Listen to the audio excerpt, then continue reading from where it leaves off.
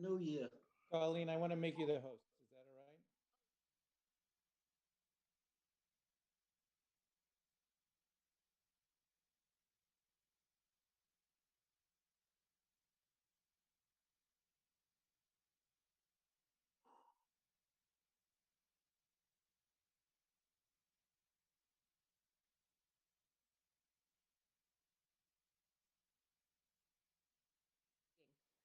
I have all these things open up. It's in the agenda if you go to the town.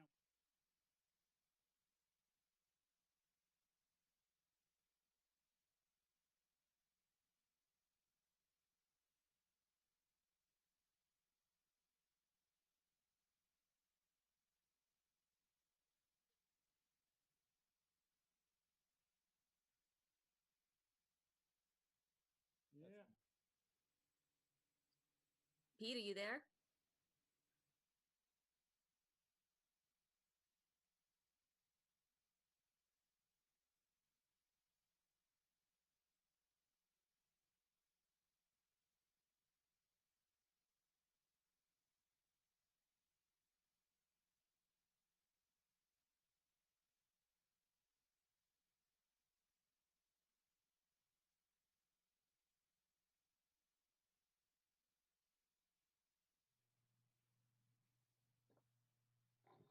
If anyone can get the agenda in front of them and send it off to Tim would be great. I'm trying to get it back up there. Where'd it go?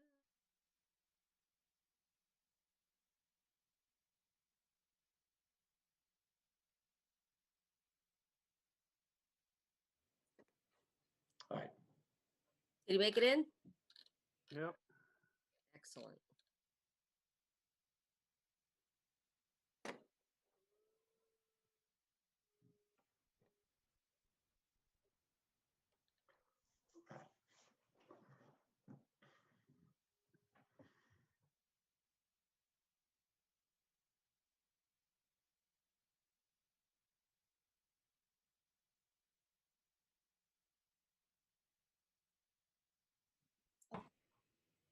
Scared me.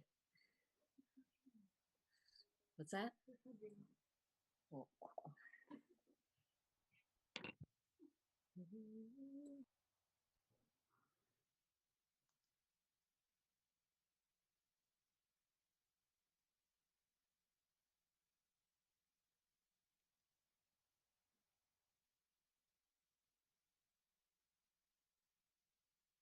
right. Do we have a quorum? I believe so. 1, trying 2, to- 3, 4. Bring up the agenda. I think the only one we're missing is Nan. No, she's here somewhere.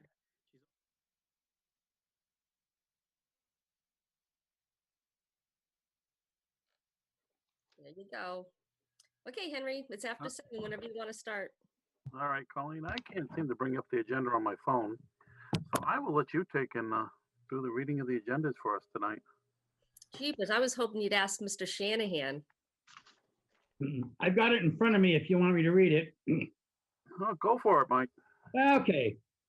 Pursuant to Governor Baker's March 12, 2020 order suspending certain provisions of the open meeting law, GLC 38, Section 18, and the Governor's March 15, 2020 order imposing strict limitations on the number of people that may gather in one place.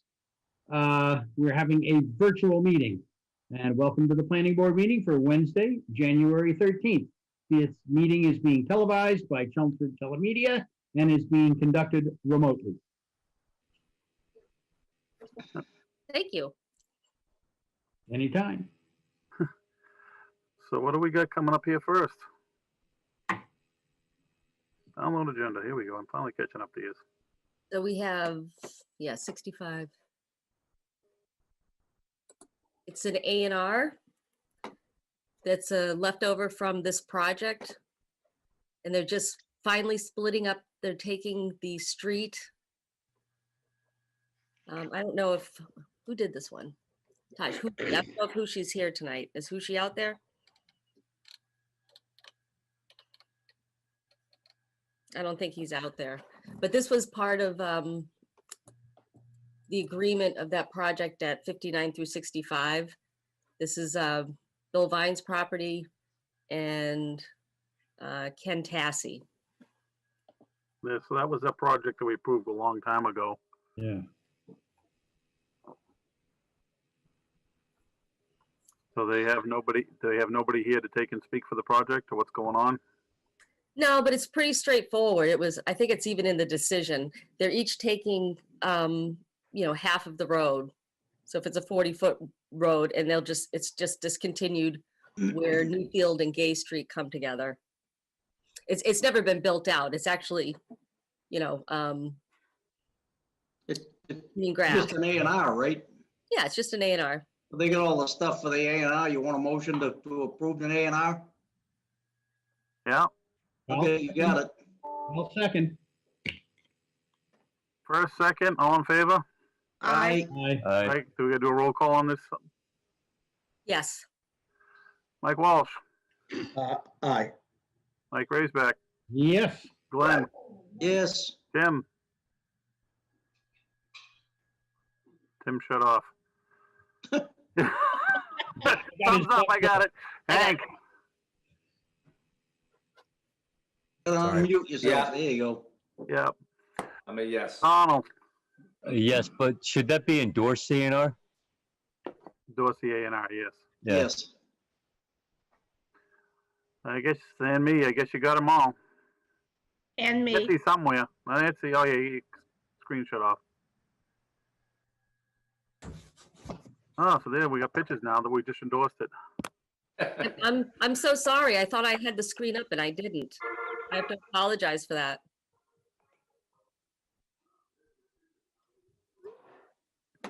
All right. Next thing. What do we got? 9 Turnpike. And I missed the last one. So this one's up to you, Tim. You should It's have, an A&R, right? no, it's a covenant and we should have somebody here. All right, Mike, do you want me to read it so 9 Turnpike, vote to endorse covenant, Joseph Reddy for a 5 lots, definitive subdivision located at 9 Turnpike Road. The applicant requests a definitive subdivision approval and applicable waivers under subdivision control law and rules and regulations governing the subdivision of land in the town of Chelmsford. The project calls for the construction of a new dead-end roadway and the construction of 5 duplexes on 5 new lots. The site is located in the RC Residential 2-family zoning district. The site is approximately 3.037 acres as shown on the Assessors Map 74, Block 324, Lot 5. Is anyone here from 9 Turnpike? Should be Mr. Eliopoulos. Is he out there? Check your mute. Anyone? Well, I do see that there's one typo on this covenant. Do you want to elaborate? Yeah, it's for lots 1, 2, 3, 4, and 4. You know what? Hold on a second. No.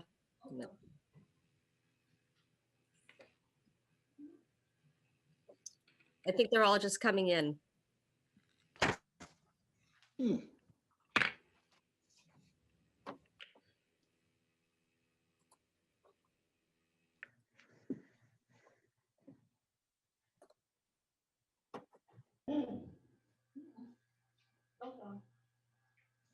So we are on Turnpike, 9 Turnpike, the covenant, if anybody's out there. Do we have anything else we can go to and then come back, or? It's up to you, Henry. Yeah, go to something else. Is there anything else quick, Colleen, or do you want to just go to the next thing, 40 Vinyl Square? Yeah, just do that. We'll do 40 Vinyl Square. That should be pretty easy. All right. These are all public hearings now. Yeah, the new public hearings, a special permit, 40 Vinyl Square. K9 Odyssey, Nicole Tran for a special permit under 195-5 use regulations. This site is located in the CD Commercial District and consists of approximately 1.48 acres as shown in the Assessors Map 13, Block 19, Lot 2. The applicant requests approval under 195-5 use regulations, attachment 1, use table D.5 to operate a kennel. Anyone here from 40 Vinyl? Yes, Nicole Tran is present here. Nicole Tran, that's her. All right. How are you guys doing today? Good, how are you? Good. So, give us a rundown of what you do. All right, so I'm looking to open up my first location. I basically specialize in dog training, and I have been doing pet care on the side as well. So a big thing that I'd like to open is to be able to give a location for a lot of dogs and dog owners. The reason why I've decided to open up a location is most likely due to this pandemic. So I have seen a huge regression in a lot of dogs, whether they were before the pandemic or, of course, a lot of people have been purchasing or rescuing puppies and dogs, which is great, but there's a huge regression in some behaviors. So I'm looking to be able to just, give dogs and owners a place to send their dogs to do training, obedience training, anything that has to do with behavior modification and so on. So I do have backgrounds. I've worked with police canines. I've also worked with therapy and service dogs as well. I'm having a hard time hearing. I don't know if there's a speaker or something. Is anyone else having a hard time hearing? Yeah, I can't barely hear it too. I apologize, Nicole or Michelle. I don't know if there's a speaker or something you can turn down, but it's hard to hear. It's echoing. How far can you hear me? Can you hear me now? I'm speaking a little louder. Same. You just have an echo. Or just speak slow, maybe. I don't know. It's just hard. That's all. Okay, so does this much slower help? Sure. Okay. Where did you guys lose me? We get it that you're a dog kennel. I'm sorry. I just didn't want to. I couldn't hear everything. So I think if you continue with the way you are, that'd be fine. Yep, nope, not a problem. So again, I've worked with a bunch of police canine departments. I have experience working with therapy and service dogs. I do work a lot with obedience training and behavior modification. So I do partner up with an attorney who specializes in dog cases as well. So again, with the pandemic given, there's been a huge regression in dog behavior. So I would love to be able to open up my first location to be able to give the ability to dog owners and dogs the ability again to send them to a place to get quality training in. So this business has been run for ongoing about 3 years, but this would be the first location I would be opening. Okay. All right, does anybody on the planning board have questions for her? I'll start with you, Glenn. This is just a build out of the space that you're already renting or leasing? Yeah, so those were the estimates given so far, yes. Okay, that's fine. I think I'm fine with it. Mike Raisback. I'm basically fine with it. How many dogs are we considering having in here? Between 25 to 30. Oh, okay. Good. And there will be, just to clarify, there will be no overnight boarding. It will strictly be training and a small doggy daycare only. Yeah, okay. During Monday through Friday, regular business hours from 6:30 to 6 p.m. Sounds good to me. I see no issue. Donald. I'm good. Tim. Good with it. Nancy. Is there a plan to have any outdoor kennels here? Any outdoor facility? No. So the property itself does have 1.48 acres of land on it. I am allowed to use it, but I am not allowed to build anything upon it, from what the landlord has spoken to me from. Okay, so I'm okay with it, with the stipulation has no outdoor kenneling. Okay. Tim, you have any questions? I already went, but I don't know why we would put that in. Would she have to come back if she did an outdoor kennel? Because maybe there's a situation where we may be for an outdoor kennels. To say no right off the bat, I mean, I would rather see her come back if that's the case. So if we put that stipulation in, she would have to come back to. Or would she build out have an to outdoor anyways? kennel. Would she have to anyways, in order to do it? I don't think so. Okay, I get it then, okay. I don't think so, and the outdoor kenneling becomes an issue to the neighbors. Mm-hmm. Okay, I can see that. All right, thank you. And I really don't have any other questions for this. Do we have anybody in the audience that wants to weigh in on this? Henry, this is Mike Walsh. Sorry, you skipped me. Just want to, I just have a couple questions regarding, because the, being on the Vinyl Square Committee. Yep. On the drawing that we're looking at right now, can you tell me, Nicole, what is the outline? If there's no outside kennel, what is outlined on the drawing? Okay, so I was told to outline that map, kind of a small area where the dogs will be allowed to go to the bathroom. So I basically outlined the outskirts of the parking lot. And basically kind of, so the rear of the building is basically the entrance of the building. So that would be, again, kind of the smallish area that the dogs will most likely be taken out to go to the bathroom. And is that fenced in? That area No. that's marked up That right is now? not, that is not fenced in. So Oh, what it's it not is fenced. currently, there's just a bunch of small trees, twigs, bushes, and whatnot there. So there's not a lot of flat land per se, but again, it's just the outline of the parking lot itself. Okay. All right, now, that's great. Thank you. That's all I have, Henry. Anybody from the audience, Colleen?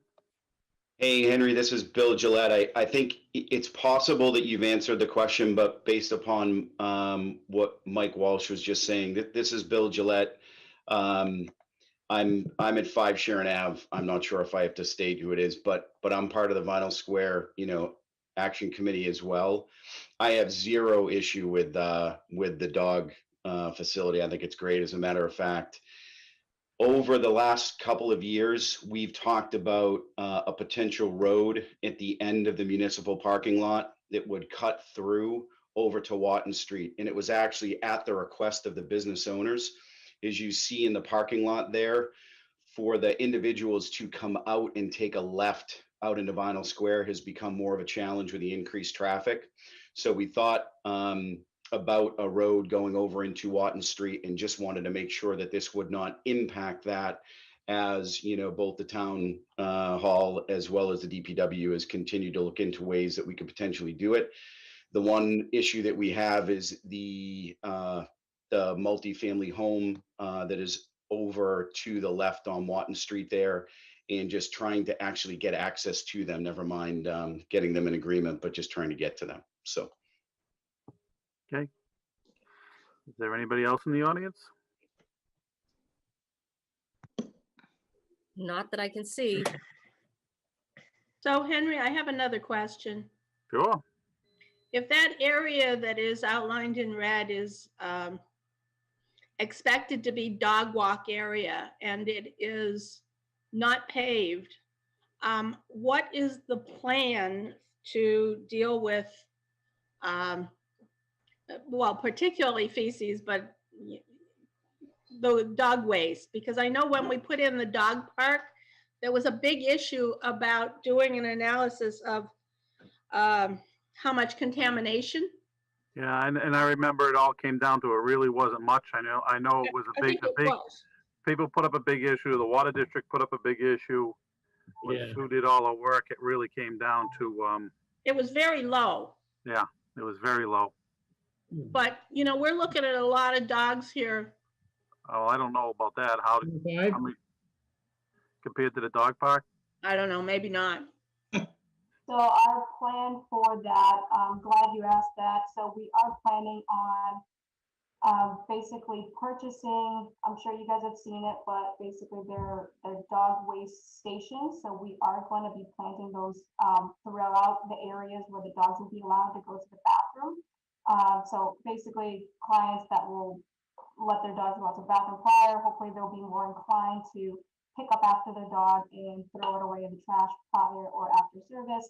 And if for whatever reason, you know, of course, there are people that don't pick up, then we will be responsible for the cleaning up after that as well. So if they are able to do it, great. If not, then we take over and we will take over all the cleaning and sanitation from there. So I'm not protesting about it, dear. But you probably should take a look at the town bylaws in regards to dogs and dog waste. Okay. Because you will be required to keep it cleaned up. Anybody else out there? You want a motion to close the public hearing? I would take a motion. You got it. I'll second it. All right. Any discussion? Hearing none? I'd go for another motion. Give you a motion to approve the special permit with Nancy's condition to, how did you word that? That there is no outdoor kenneling. There'll be no outdoor kenneling. Second. All right. All in favor? I guess we could do a roll call. Donald, I'll start with you. Yes, good. Mike Walsh, Yes. Nancy Arroway, Yes. Tim. Yes. Did I already get you, Mike Walsh? I'm losing my mind today. Yes, but yes. It's a Glenn. yes. Yes. I'm a go, and Mike Raisback. I'm a go. I think I got everybody. Yep. All right, what's next? Did people show up yet for the first agenda that we didn't have? 9 Turnpike. 9 Turnpike.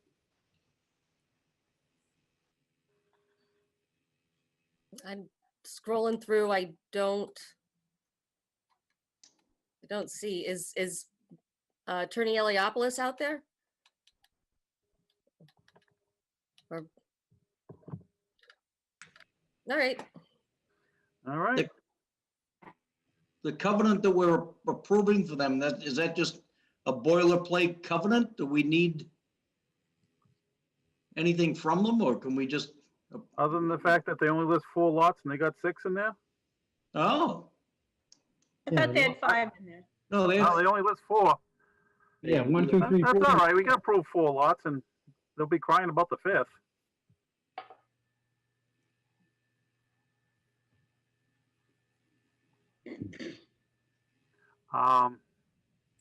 Before we took and did that though, I would at least like to give them an opportunity to approve it. You know, fix whatever is wrong there.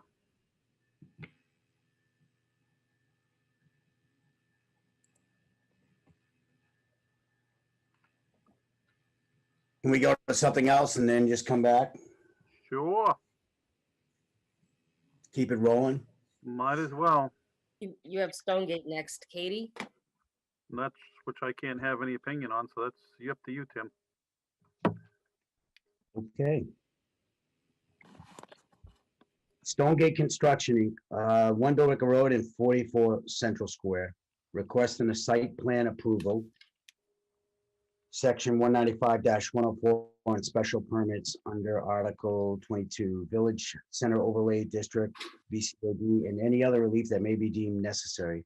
The proposed project consists of reuse and redevelopment of the Fisk House and Oddfellows Hall into commercial space and a 100-seat restaurant and 8 apartments respectively. A 32-unit multifamily structure is proposed for the adjacent parking area. The site is located in the Village Center Overlay District and consists of approximately 3.5 acres, as shown on the Assessors Map 84, Block 334, Lots 10 and 11. Is anyone here from Stonegate? Just prior to the presentation, Tim, just a reminder, you're also not eligible any longer to Yeah. vote on this. Yep. So I believe the clerk is now running the meeting. Okay. Just to remind the board and the applicant and the members of the audience, this is a special permit. It requires a supermajority vote. There's currently 6 eligible planning board members, including Hank Cool, the associate planning board member. Chairman Parley has recused himself, and Vice Chair Shanahan has missed 2 meetings, which makes him no longer eligible to vote. Okay, so I'll be jumping in. So taking over where Tim is asked, is anyone here to represent Stonegate, the attorneys? Is Melissa Yes, on the phone? Oh, Katie. Go ahead, Katie. Actually, tonight, Fred Faust with the Edge Group is going to start tonight on behalf of AmeriCal. Fred? Thanks, Katie. I'm Fred Faust from the Edge Group, but I'm representing AmeriCal Management, which is the owner of the property.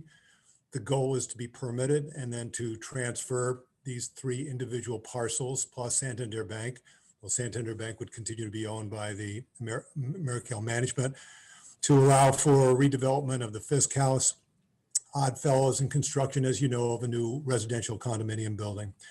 I'd like to take a little bit of time to reintroduce you to the project. COVID and Zoom seem to play tricks with continuity. And after the last planning board meeting, some people came back and said, we didn't remember a lot about what was discussed.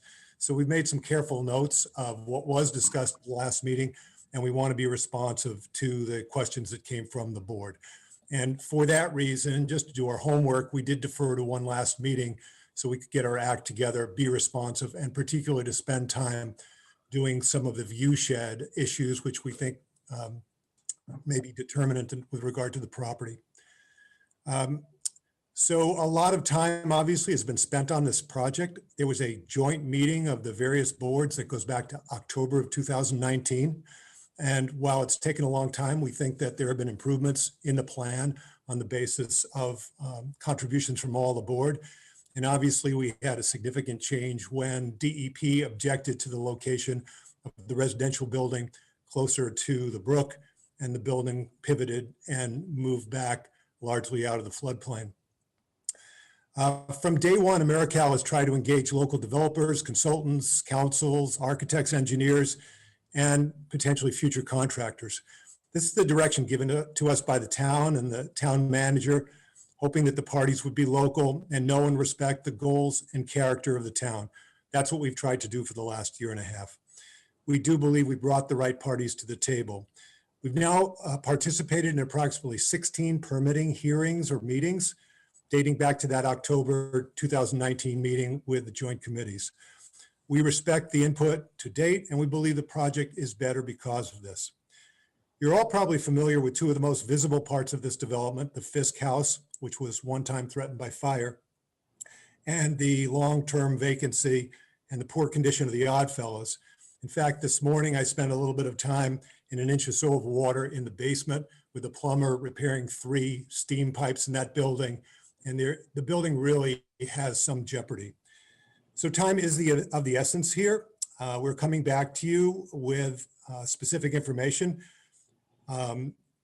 based on the requests at the last meeting, a revised site plan, view sheds, parking issues. And with regard to parking issues, we are circulating agreements with All Saints Church, and we are optimistic that there will be some sharing of parking.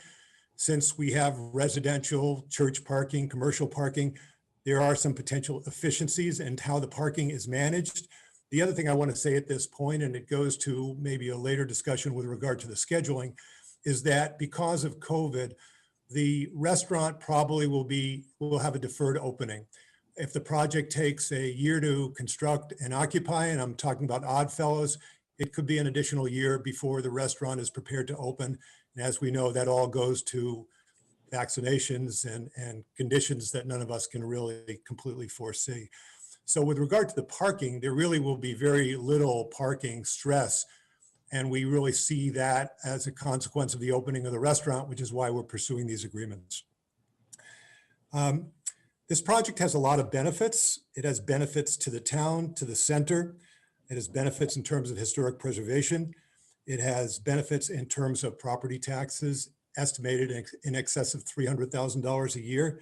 And as Melissa will review later, it has benefits consistent with benefits that were defined previously for the grist mill, in this case, in excess of $1 million. So again, at a time of COVID and economic stress, this is a project that will do a lot for the town of Chelmsford.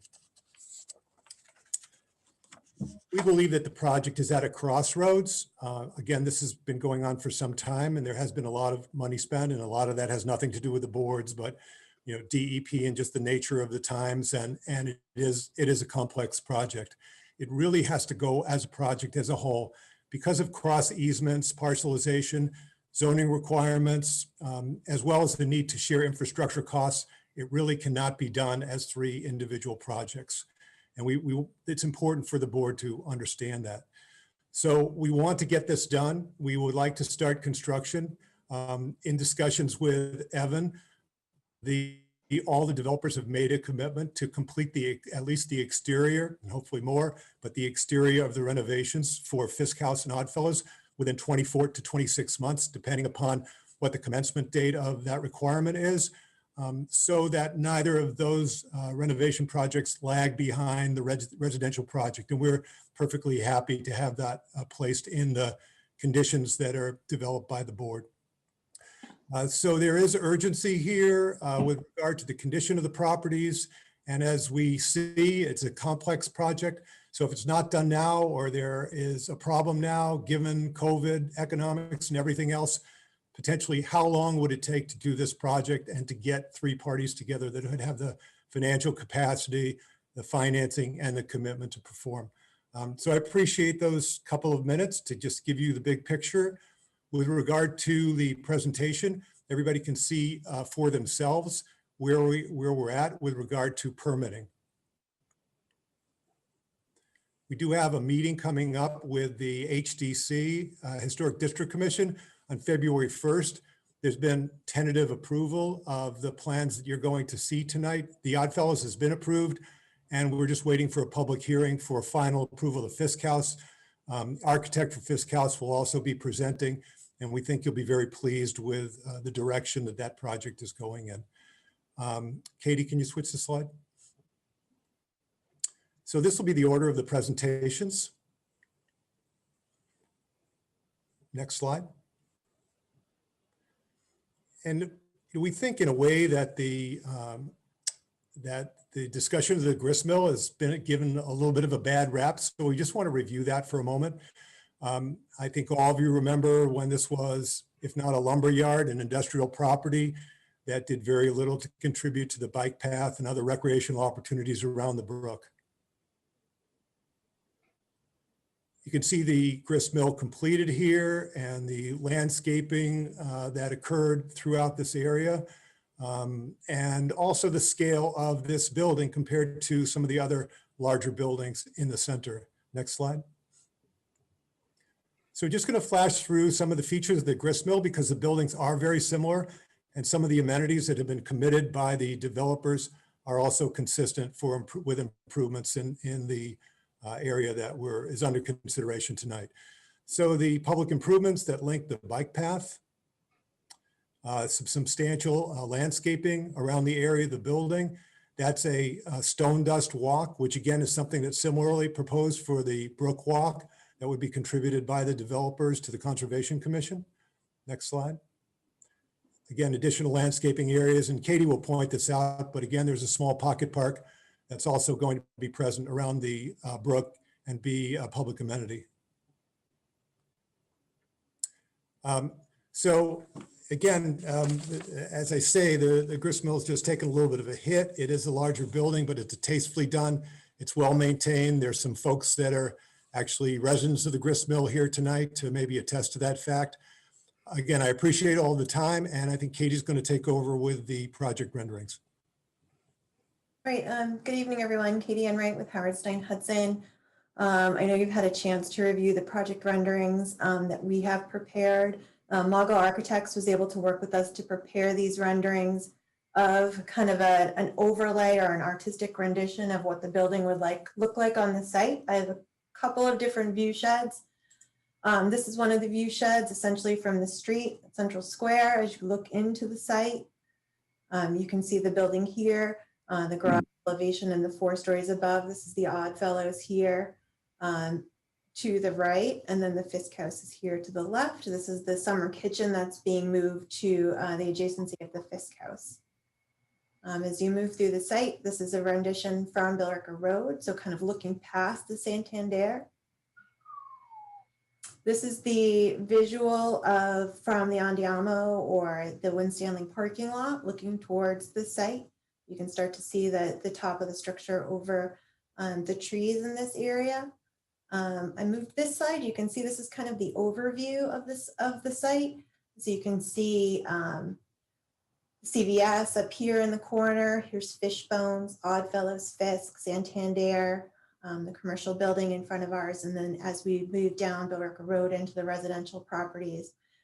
The next slide is from the roof deck at Mr. Rigney's house on Billerica Road. This is basically two of the single family houses down the road. So I stood up. This is approximately, it really ends up being the 4th story because you see the basement level, and then I'm on top of the 2nd story level, kind of looking out towards the site. And you can see here the end of the building faces this side and the top of roof. I also have the untouched photo I can show you later in the presentation that I have off to the side if you wanted to see the winterized photo of the parking lot, which shows essentially the same view shed without the leaves on the trees, without the building positioned behind it. The next rendering is a new rendering of the front of the building. And so the previous rendering showed the front of the building in the old orientation with landscaping in front. This shows the orientation of the building with the parking in front and the entrance facing the brook. So you can see the full 5 stories here. The first story is the garage elevation. And that is because we are within the floodplain. We aren't able to fill around the foundation like we did on the gristmill side. So where on the gristmill side, you see the full 5 stories coming off of Cushing Place. This building, you'll see the full 5 stories as you move around the structure. One of the comments related to the view shed was site lighting and the positioning of the building. So I wanted to share with you just some of the different site lighting view sheds. The site lighting as it faces Billerica Road, you can see here, there's no exterior lighting on the building. It's only the exterior lighting is only the small porch lights that will be directed downward in each of the covered porches that are on the side of the building, but there's no external lighting to the building on this side. There are no porches on the ends of the building. So there's only windows in those 2 elevations. So you can see the parking lot itself is lit. As you move around the site, with the side of the building, the only fixtures that will be here will be on the covered porches. And those small lights would be directed downward to just cover the porch itself. As we move forward to kind of talk about the buildings on the exterior of this project, one of the two most important parts of this project as it relates to the multifamily building is the reuse and the incredible amount of funds that are being spent to bring the Oddfellows back to life and also the Fisk House back to life. So at this point, I'm going to turn it over to Ali to talk a little bit about the architecture and the materials for the Oddfellows. Ali, are you on? I'm here. Hi, everyone. My name is Ali Zolshafatin. I owned and operated Fishbones restaurant last 14 years. Fishbones, when I started Fishbones, it used to be a daycare. I'm sure if everybody remembers, it was closed for 5 years. So we developed that site, and that's where we started our restaurant there. As Fred had mentioned, our plan is to restore, rehab Oddfellows and have 8 moderate apartment units up on the second and third floor, and about a 4,000 square feet, 100-seat restaurant on the first floor. As Fred mentioned, with the pandemic now, with the restaurant business, it might be a little further down the line, but in the immediate plans, we are going to tackle the facade and also rehab the apartments. So the building would look just as you see it in the center of the screen. It would look like that, but the inside of the restaurant, it will be all gutted out and be ready to be fitted, and also the apartments up on top will be all renovated. We worked with the Historic Commission to be sensitive to the historic personality of the building, and we have brought in the windows as they were meant to be. We looked at the many older pictures, and we finally did the architect. We decided on the drawings that you see right now. The storefronts will be just like the ones you see on the left hand side on top, and our sidings, they will be all hardy sidings. And we'll have a brick patio on the side of the building adjacent to the parking lot for the outdoor patio. And if you have any other questions, if you have any questions regarding the materials, roofing, my partner Huma Bayani he has done quite a few historic buildings in Somerville and Cambridge, and I'm sure he can answer some of that questions if you have. Okay. All right, very good. And with that, I'm going to turn it over to Dan Barton with Mogul Architects, who's going to talk about the Fisk House renovations. Dan, are you here? I am. Thank you, Katie. Hey, good evening, everyone. This is Dan Barton from Mogul Architects in Harvard. A pleasure to join you this evening. And I've been enjoying over the last several months working with the team on the Fisk House of this project. We all know that it's a significant building constructed in 1798. It underwent a fire in the late 70s, was reconstructed. There still is quite a bit of historic material inside and outside of the building, but there are also many pieces that have been replaced. In a quick overview of the design approach for this aspect of the project, it's clearly to preserve and restore the exterior of the building and to make sure to do so appropriately. Appropriate materials, appropriate elements such as windows, doors. The fence out front needs to be repaired. There's some other selective repair that the development team will be focused on as they, as Katie mentioned, bring the building back to life. We have already received approval from the Historical Commission to remove the rear L of the building. It's the small portion, sort of a one-room size addition that's on the back of the building that we'll look at in a moment in plan. And that we know was on the building and has been on the building for quite some time, but we also know it not to be original. It had also been constructed more than once because the foundation system and the footprint of it had changed a little bit, as we've been able to see from some historic documentation. We are intending to create a fully accessible entrance on the back side of the Fisk House, primarily because we can work with the grading appropriately on that side in order to gain accessibility, but also so as to not disrupt the other three elevations of the building, which are very prominent as seen from the public way. And any change to the other three facades and the entries in those facades to create accessibility would be quite a significant impact on the historic integrity of the building. There is throughout New England a lot of emphasis these days with historic preservationists to really pay attention to outbuilding. And Fisk House in particular has an outbuilding in the back that's been sometimes referred to as the summer kitchen. We believe that it was mostly a shed. At one point it was a privy, and we actually have drawings from 1937 in the Habs survey that actually show us what the framing and footprint and interior and exterior of that building consisted of, which is a wonderful tool that we will be using as we preserve and restore that building in its new proposed location. We're very pleased that we have come up with a location, working with Katie on the site plan, that small outbuilding will be put back into its original footprint in terms of size. And it'll be moved adjacent to Fisk House so that it still has an appropriate relationship and proximity.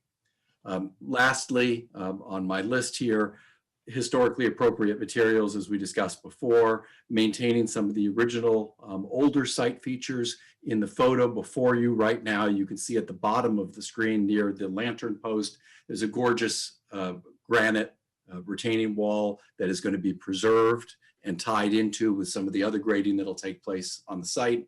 And as I mentioned previously, the wood fence out front has a number of pieces and parts that will be restored over time.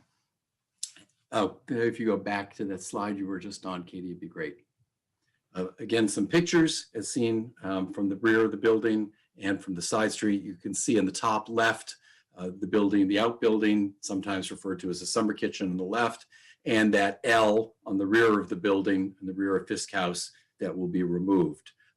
We also have been able to do some survey work inside the building, and just as a side note, in terms of preserving and taking care of as stewards the Fisk House property, that rear L on the building right now is actually creating a water problem with some drainage, and there's some deterioration directly inside the room that is adjacent to that L at the moment. So once it's removed, that will actually be improved.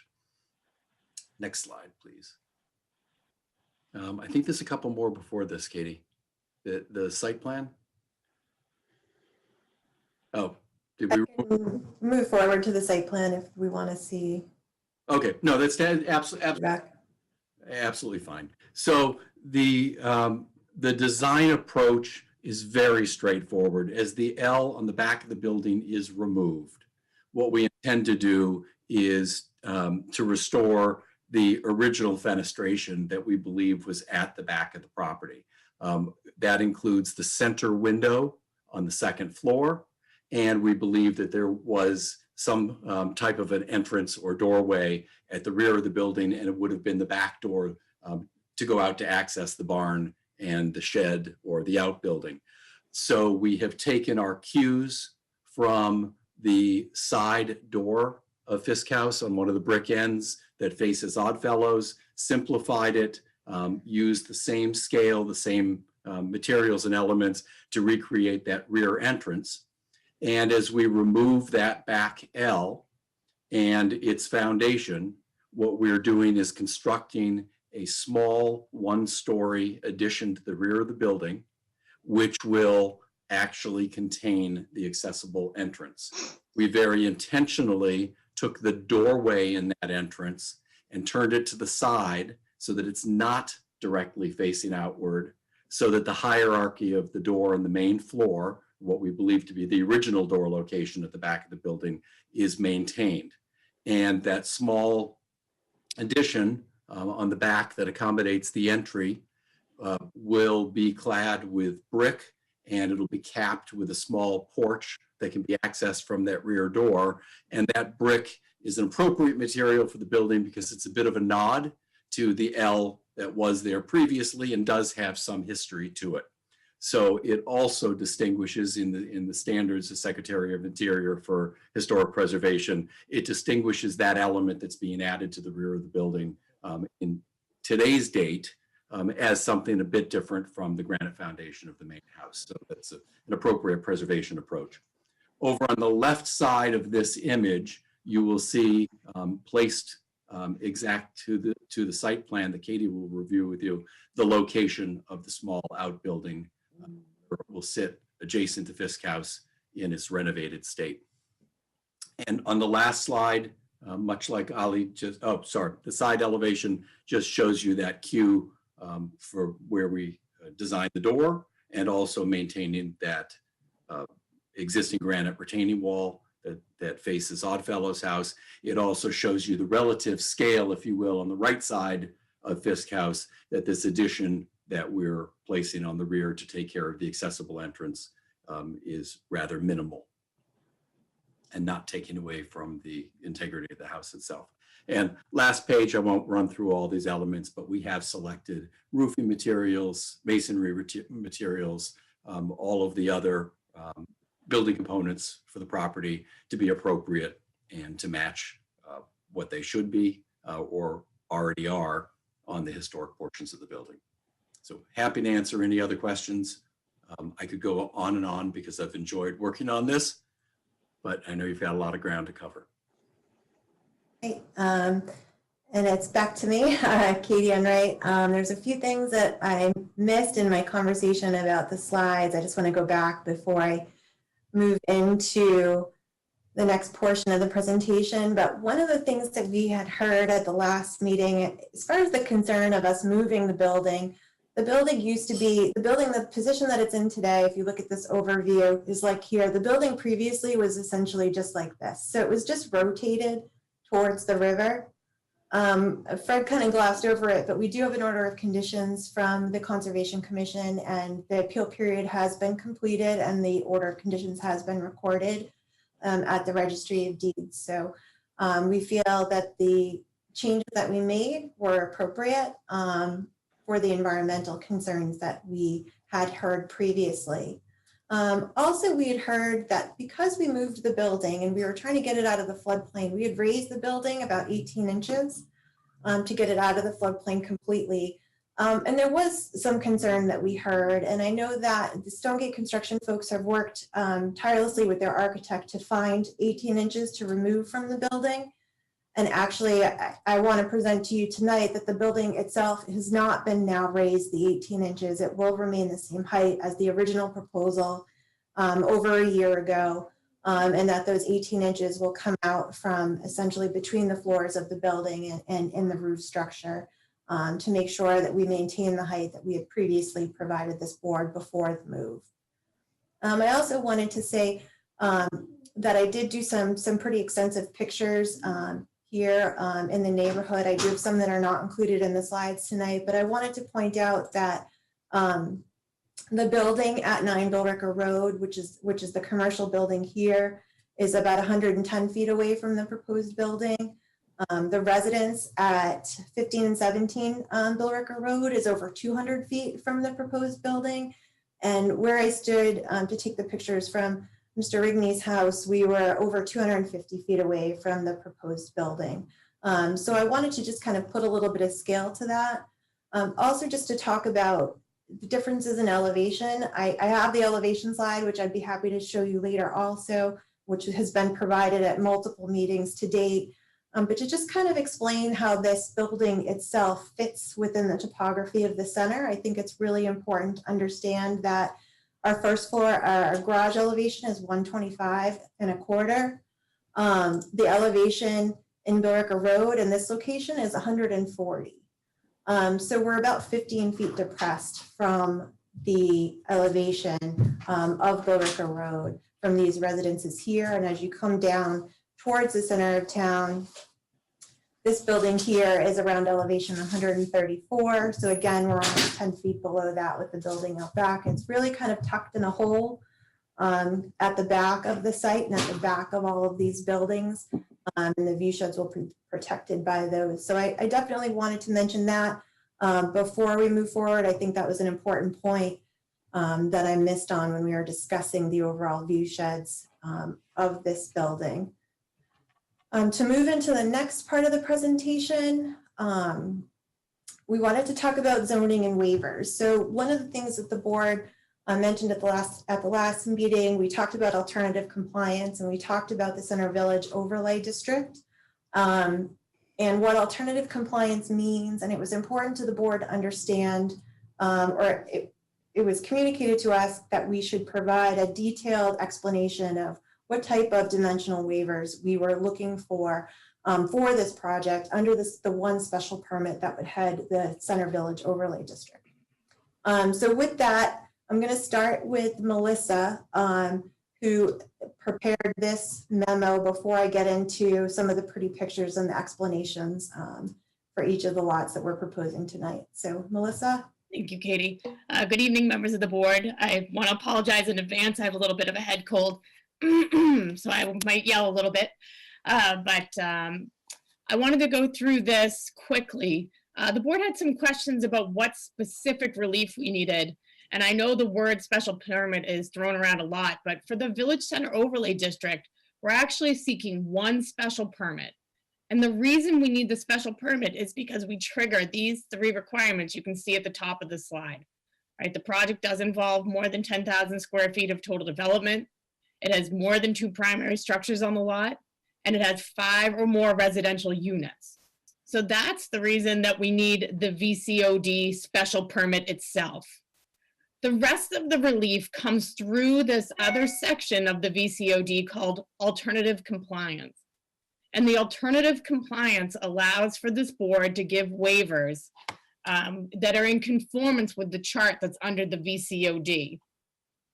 Now, a little bit different than other projects you may have looked at under this VCOD is that we have more than one use on the property. So it gets a little bit more confusing because each of the uses on this property have different zoning charts that go along with them. So when the board was asking at the last meeting specifically what waivers we needed under alternative compliance, it wasn't that easy. Because within each of the lots themselves, excuse me, we have waivers that are internal to the lot lines. And when I say that, I mean a lot line between the Oddfellows and Fisk building, and then another waiver between the new residential construction and the Santander building, and all the lines that touch. I call those the internal waivers.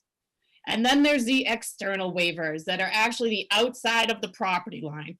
And these are the standard waivers the board looks at. What impacts do we have to the abutters and other people around us? Okay, those are the outside waivers. Then to further complicate things, we also have pre-existing nonconformities, all right, with the Fisk House, with the Oddfellows building, and with Santander. The board will be giving relief under the alternative compliance to allow for those that are pre-existing nonconforming, but those are really the 3 layers.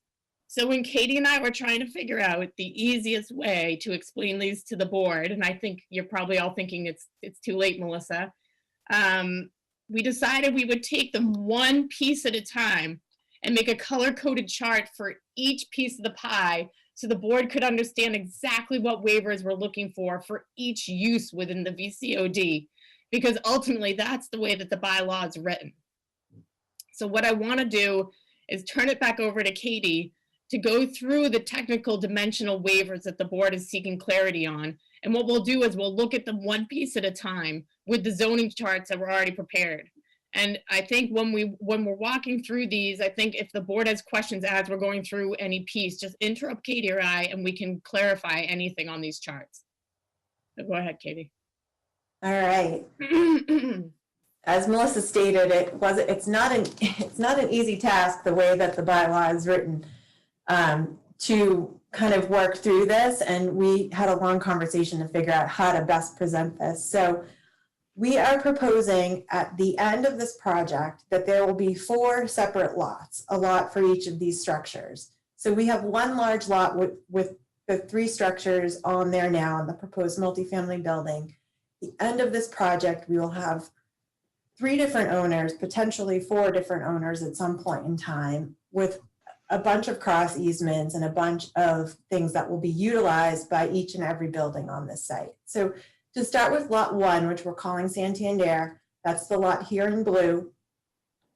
We provided the VCOD zoning requirements for a commercial building.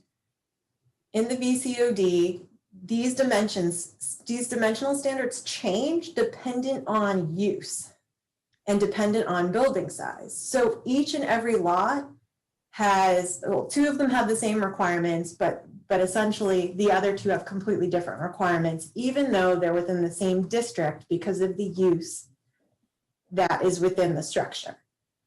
So you can see we go through the list of what's required. We go through the list of what's proposed. What we've done is starred the items once if it's an existing non-conforming dimensional requirement. If it's an existing non-conforming requirement at the exterior of the development, meaning it affects others outside of this single lot now?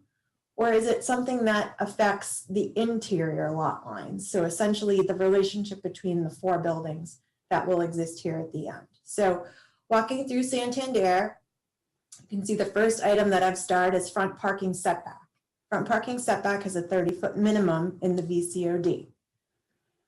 There is parking already within that 30-foot setback on the existing single lot that exists there today. But we are proposing parking at 26 feet. So it's an existing non-conforming dimensional requirement, number one, at the exterior of the lot. So it's closer than 30 feet to the roads around this site. So what it affects, it could affect somebody exterior of this site. But Katie, go ahead. where's your asterisks? Right here. Okay. I got it on another screen here too. I'm trying to find your asterisks. Okay, I see it now. All right, great, thank you. Okay. And then as you come through, so the next one that's starred here is ground floor transparency. This has to do with the amount of windows on the ground floor. The Santander, we don't believe meets the 30% minimum, 90% maximum. We don't have an exact, it's an existing building. It's an existing non-conforming dimensional requirement that affects Billerica Road. So it's starred and it's given a number 1 at the exterior of the development. We believe the rest of the requirements meet the VCOD commercial building standards for lot 1. As we move to lot 2, this is the Fisk House. The Fisk House is also a commercial building, so it has the same requirements as Santander. Again, the front parking setback. The existing lot out there is already non-conforming. We're creating a new non-conformance, or we're creating an existing, we're continuing the non-conformance and making it a little bit more non-conforming than the existing non-conformance, and it's at the exterior of the development. And then as you come down, there's also some street activation standards. The front wall offset minimum length and depth. Again, we don't have that 20-foot minimum length with the 5-foot depth that's required of new buildings. So we're start at 1, it's an existing non-conforming dimensional requirement, and it's at the exterior of the development. As we move to Oddfellows, the same. So we're looking at front parking setback again. We're looking at side yard setback because we have a 10-foot min and a 28-foot max. Our new side yard setback is in the middle of the aisle between Oddfellows and the Fisk House, and it's 48 feet. So it's an existing, this is starred wrong because this should be an existing, this is a new non-conforming, it should be 3 stars, new non-conforming dimensional requirement at the interior of the development. So I'm going to make a note to myself that this one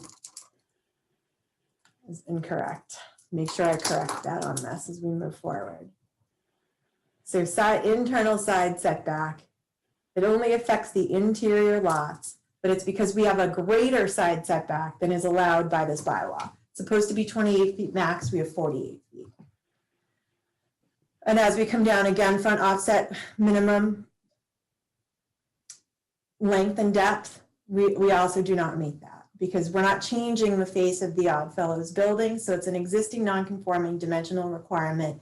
And again, it's at the exterior of the development. And then last but not least, we have the multifamily lot. Excuse me. The multifamily lot has additional requirements. The way we laid out this lot was we wanted to be able to provide this lot some frontage, even though it's tucked in the back here. So each of these lots has frontage on a road. So you can see that the lot comes out to Billerica Road, even though there will be an access easement that will go over this area, allowing access to any of the other buildings herein. So as we come to the multifamily building, we have reduced frontage. We have a maximum number of dwelling units, and this district is 4. We have 32, which we've proven by a yield plan. We have a side yard setback of 10 minimum. This is because it's a multifamily building. So the these required numbers changed. We have a 5-foot side yard setback, and that's a new internal property line that's interior of the development. Build to zone, we're 190 feet away from the street, which we're not allowed to be in this district. They want us to be, the zoning wants us to be closer to the street. Build to zone occupancy, we're not in the build to zone. Side and rear parking setback, we are putting lot lines essentially through the parking lot, so we don't meet this requirement. Oops. As we come down, primary building height. This is a new non-conforming dimensional requirement, which is, I guess you would say that would be interior and exterior of the development. So we should probably do that 1/2. And then we go down to street facing entrance required, which we don't have a street facing entrance because we're tucked all the way in the back facing the brook. So I hope that this is helpful. It's an exercise that was interesting to do because of the way that the zoning is written. It's certainly unique. It's the first time I've had to do this on this unique lot. And this is how essentially we were able to break that down. So with that, nobody's going to stop me. I'm going to move on to parking. Parking issues, we've labeled this slide, but essentially we've heard, you know, certainly the town has had, I guess, what's called a month-to-month lease on this back site for parking for quite some time. It's in a private land. It's privately held by AmeriCal. Certainly that was a convenience to the town, and we are not providing parking for uses exterior to this unless there's an agreement in place. We do meet all of the parking requirements based on zoning. And that is based on the zoning requirements for the Center Village District. So the Center Village District requires basically commercial uses and restaurant uses to be, it says shall be 50% of the requirement. Residential uses have to meet the full requirement. So when you look at our cover sheet, we have shown you based on the 100% bylaw of parking, what would be required, and then 50% of that requirement for both the Fisk House, because it's office, and Oddfellows restaurant. The 8 units above the restaurant will have to meet fully compliant with the residential parking bylaw. The multifamily will have to be fully compliant with the residential parking bylaw. And Santander, although requires less than 14 spaces, required 14 spaces within their lease. So 14 really doesn't mean anything on that front chart, except for the fact that Santander required it to be within their lease area, which is over the amount of parking that they would require based on the zoning bylaw. When all of those uses are added together, we are required to have 130 spaces, which we show on this site. That includes the parking in the garage of the multifamily building. There's 32 spaces essentially on the first floor, the garage floor of the multifamily building, so that each person within the building will have 1 space inside and 1 space outside. One of the things that's good about the way that the new plan is laid out is that the parking in front of the multifamily residential building is a little bit more secluded than it was previously. Makes it a little bit easier to control who parks there, and makes it a little bit easier to control those 2 spaces per unit in the multifamily building.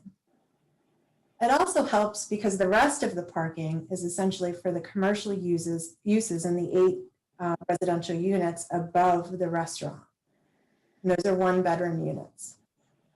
So basically during the day, people will park for the residential building, the restaurant will be in use, the Fisk House will be in use, the Santander will be in use. The commercial spaces will be filled with employees and people going to those uses. In the evening, years from now, when we hope that this restaurant is able to be constructed and successful, in the evenings, most likely, the bank will be closed and Fisk House will be closed. And just under 100% of the parking per the bylaw at 100%, not 50%, will be available within the site, within the Santander parking, the Fisk House parking, and the Oddfellows parking. So in those busy times in the evening, when the office is closed and when the bank is closed, there'll be additional spaces that are offered to and allowed to be used by the restaurant. One of the things we've also discussed, and Fred touched on it a little bit, is that we've been in conversations with All Saints Church for months now to discuss basically a back and forth demand that they have. They've been using the parking in this lot for overflow parking when they need it. And they'd like to continue to use that if possible. So on a Sunday morning when the restaurant is closed and the office is closed and the bank is closed, people from the church will be able to park within this lot. They'll be able to walk down Billerica Road, cross in front of Fisk House, and park in closer proximity to the church than they park today in the back parking lot. Same for the restaurant use. And what we're working out with them is that the restaurant during busy times when the parking lot may be full would have a valet option to go within the church parking lot. So overflow parking could then be in the church parking lot. So we're working on coming up with that parking arrangement, as Fred mentioned earlier. Certainly with COVID and the way restaurant business is right now, you know, we're really holding out hope and we're really optimistic that this restaurant will be able to be in business within the next couple of years. Regardless of the exterior improvements that will be done within the next, you know, essentially within a 2-year period, that the restaurant will be operational and we will be able to open there. We also touched base a little bit last meeting on the yield plan. The yield plan was part of the Center Village Overlay District applicability that we did quite some time ago. This was the process that we went through with the planning board in the spring. Since we did that yield plan, there has been some additional questions. This was the yield plan that was part of the package that the planning board approved in the spring. I believe due to some of the kind of back and forths with the project that was looking for approval at 9 Acton Road, some of the requirements changed a little bit related to the yield plan, and certain things were discussed a little bit further during that process. We created this yield plan to show 32 units in the back parking lot. We're not seeking any additional density due to brick walks, due to inclusionary, due to anything. We're not seeking to add additional units over the 32 that we show here. And the 32 that we show here is based in 4-unit building blocks, 3 stories. The first floor is open. So it's hard to see from this because we know we're within the floodplain. Certainly like the first multifamily building that we proposed, the building would be in the floodplain and it would have to be open, essentially open to the air on piers, and floodwaters would be able to go through those. So the living levels would be on the 2nd and 3rd stories. That's a little bit hard to see from this yield plan, and I know that there was a question about this yield, or essentially these units being placed within the floodplain. It's very similar to how I had the original multifamily building, where we provided a cut fill, and if we were able to open that first floor garage completely, it would have been something that DEP could contemplate because there was no mechanical issues with flood waters moving in and out of the structures. So this was a very simplistic yield plan that we prepared as part of that original number to come up with the 32 units based on these 4-unit blocks. Again, the first floor being open garage. There's enough parking shown here, and it's essentially within the existing developed area of the site. So we're not going outside of the existing pavement and improvements that are there today. So I wanted to touch base on that a little bit. Certainly we can talk more about that if anybody has any questions about yield. I'm going to keep moving forward because we have a few more things to talk about. Public benefits package. This is something that we did with the grist mill. Katie, can I interrupt you for a second? Sure. Just on that yield plan, while it's up, because you mentioned we could ask some questions. Please. When was that presented to the planning board? This was in the CVOD applicability. So when we came before you on the first part of the 2-step process was when we kind of set the expectations for the number of units. Okay. Was requested to be part of that process. Okay, great. Okay. Thank you. You're welcome. So Sorry to interrupt you.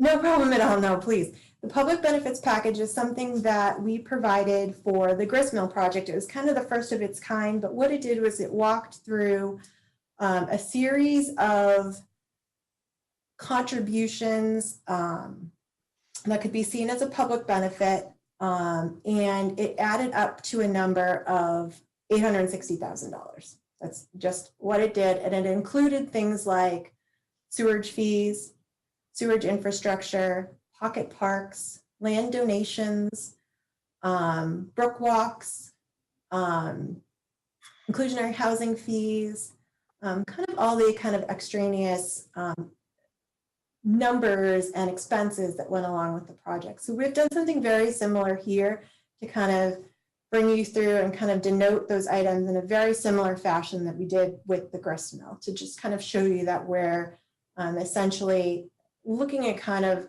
a similar path, I guess. And Melissa, do you want me to keep going with it until inclusionary, or? Sure, go ahead, Katie. You If can do have the a math. voice.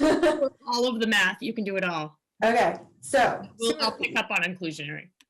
So sewer fees. So sewer fees is something that on the gristmill project, we got relief from, I believe, the privilege fee on the from the town of Chelmsford. So we weren't charged the whole fee of the sewer fees, of the privilege and capacity fees.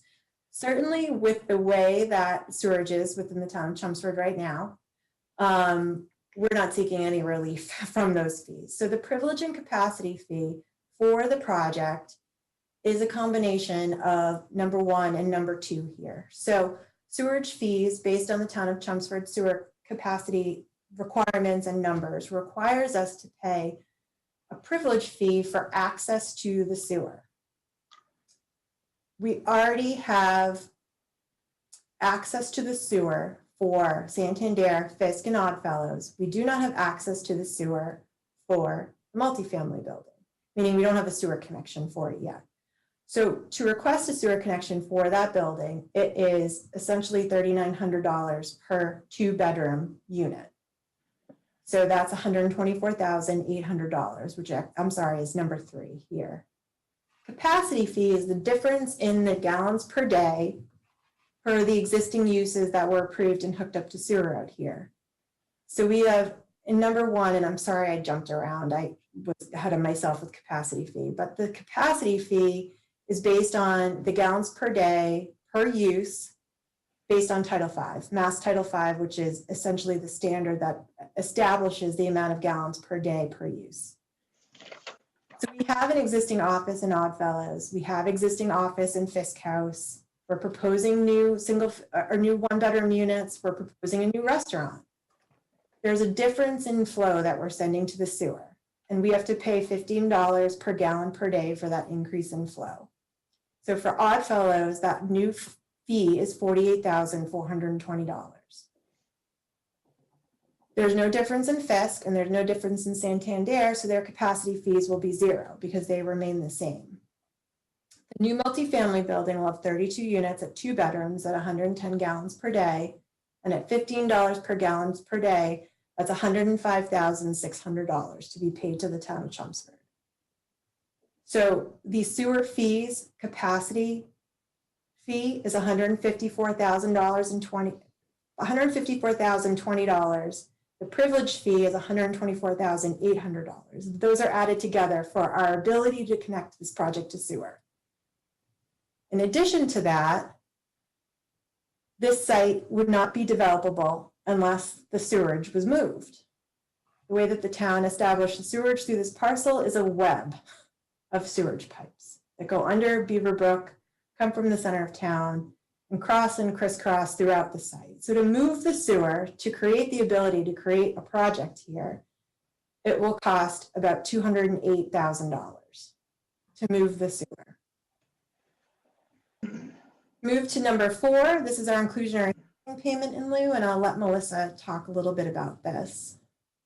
So in accordance with the zoning bylaws, as this board knows, if you create any housing development with 4 units or more, you're required to do inclusionary zoning. However, there is an option to do a payment in lieu of, and the board has a process of that. So this one actually was a little bit easier, as we had already gone through the process with the grist mill. When we went and reviewed this with David Hedison, he thought that it was not fair for us to pay any less than what had been negotiated for grist mill. And since the units were similar and the product was the same, the numbers were pretty much the same, he established that that should be a payment of $360,000 and no less. That's his opinion. As to the 8 units in the Odd Fellows building, he felt as though that development could afford to make no payment. The reason for that is the units that are going to be rehabbed on the second floor of that building, excuse me, are going to be very costly. And the historic updates to that building are going to be costly as well. So when he reviewed the numbers, he found that there was actually no money at all that could be put into this inclusionary zoning pot. But he was actually very comfortable with the outcome that the overall project, since the 32 units would be included in it, would be a total of $360,000. So you see, based on his letter here, that that's the total number. And you'll see that we carried that over into the chart that Katie's going through right now. And I know the board has this in their packet, so I won't belabor any of this. And I know you have David's letter as well, so we can move on to number 5. The next is actually the conveyance of the land itself, which is the Brook Walk. As when we had the work session with conservation, I know the board knows we're actually going to be conveying that land now to the town of Chelmsford.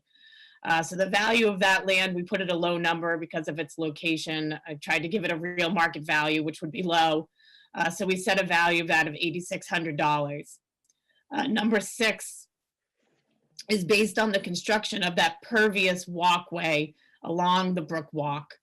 That would be about 3 feet wide, winding along the brook. We allocated a cost to that of $12,000. Cost number 7 is the actual construction of the pocket park along the brook. That includes the benches, the design, the hardscape, the landscaping, and that was valued about approximately $5,000. The next item is the repair of the fence along the Fisk House, which is set at $15,000. I know the board might balk at a $15,000 fence, but anybody familiar with the fence that's around the Fisk House, it is unique. We are in a historic area, as the board knows, so we have to keep the historic nature, and it has to be reconstructed in such a way. So that's actually a very firm number, and it could actually be much higher if it has to be replaced and not repaired. And the last item is something that we had talked about and Dan had talked about in a little bit more detail, but that's the relocation of the historic shed, which I don't know if that's the proper word, but that's the word that I used. And that has a value of approximately $50,000. So this was pretty equal. This was the actual outline that they used for Cushing, and as Katie had stated, their pre-tax revenue benefits to the town were about $860,000. Ours are a little bit more. And I did prepare one more addition to our benefits to the town, and this is the tax benefits to the town. Now, some of these, so let's start with the building that's not constructed yet. That 32-unit condominium building, you can see we allocated a property tax of $264,338. That's actually the property tax for the grist mill. So that we're basing that in real numbers based on the grist mill taxes. The other 3 numbers you see here are numbers of our actual taxes for those buildings as they stand today. The Oddfellow building property taxes are at $31,441 and change. The Fisk House taxes, geez, that was a tough one, were set at $10,584.41. And Santander Bank is paying $13,531.93. Again, these are actual taxes. I didn't make any adjustments on them based on the upgrades, but as the board can imagine, those will go up quite a bit once the Fisk House and the Oddfellows have been updated in conformance with a permit that this board may give. So the benefits right now for tax revenue are set at $319,896.06. If you add that together with the revenue that I put on the last page, you see that very big number there, which is $1,258,250.48. So I think as an overall package to the town of Chelmsford, as for benefits and value, this project has a substantial benefit to the town of Chelmsford. And that's not even taking in consideration the transformational benefits of this project to the town center that you can't allocate a number to. I won't belabor these slides. I know we have a couple more slides to move on to, but if the board wants to go back to that after the rest of the presentation, I'd be happy to dig into any of those numbers the board may want.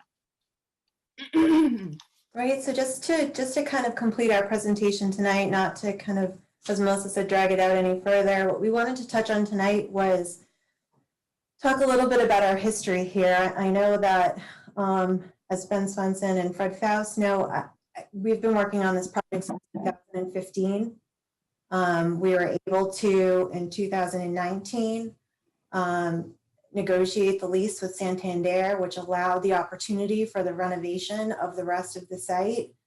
And we were able to find some local partners with a history of the town of Chelmsford, a history of a great product, to come to the table and invest in this lot. And we've been working with, as Fred spoke of at the beginning of the slide, Historic District Commission, Historical Commission, Conservation Commission, the Planning Board, the Center Village, and we continue to work with town staff, the DPW and Planning Department to come up with a transformative project that not only the developers involved here, but the town can certainly be proud of. So with that, the entire team is on tonight. Would be happy to answer any additional questions about the materials tonight or the materials over the course of the year, and do our best to answer and provide you with additional information. So that is the conclusion of us for tonight. Thank you, Katie, and thank you to the team. As acting chair for this this presentation, before we get started, I want to thank you guys for addressing and hopefully answering the questions that all of the committee members and the public had. It is a public hearing, so we will be opening it up to the public. And again, but we know, I think everyone on the board, and I'm speaking for everybody, just making an assumption that we do appreciate the effort and the hard work that's gone into this. So thank you, especially on the waivers. I did specifically ask for that on the list of the waivers, and the visual, I think it was explained a lot. And thank you, Katie and Melissa, for doing that. So do we want to go around the board and talk about it first, or do we want to open it up to the public? I'll leave that out to the board members. Do we want to go around? Nancy? No questions. No questions right now. Dawn? I'm waiting to hear from the general public. Okay. Mike?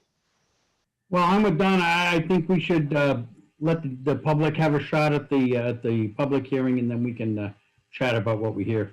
All right, so I agree. And if there's Glenn and Hank, do you agree as well? I'm good. Yeah, I'm good.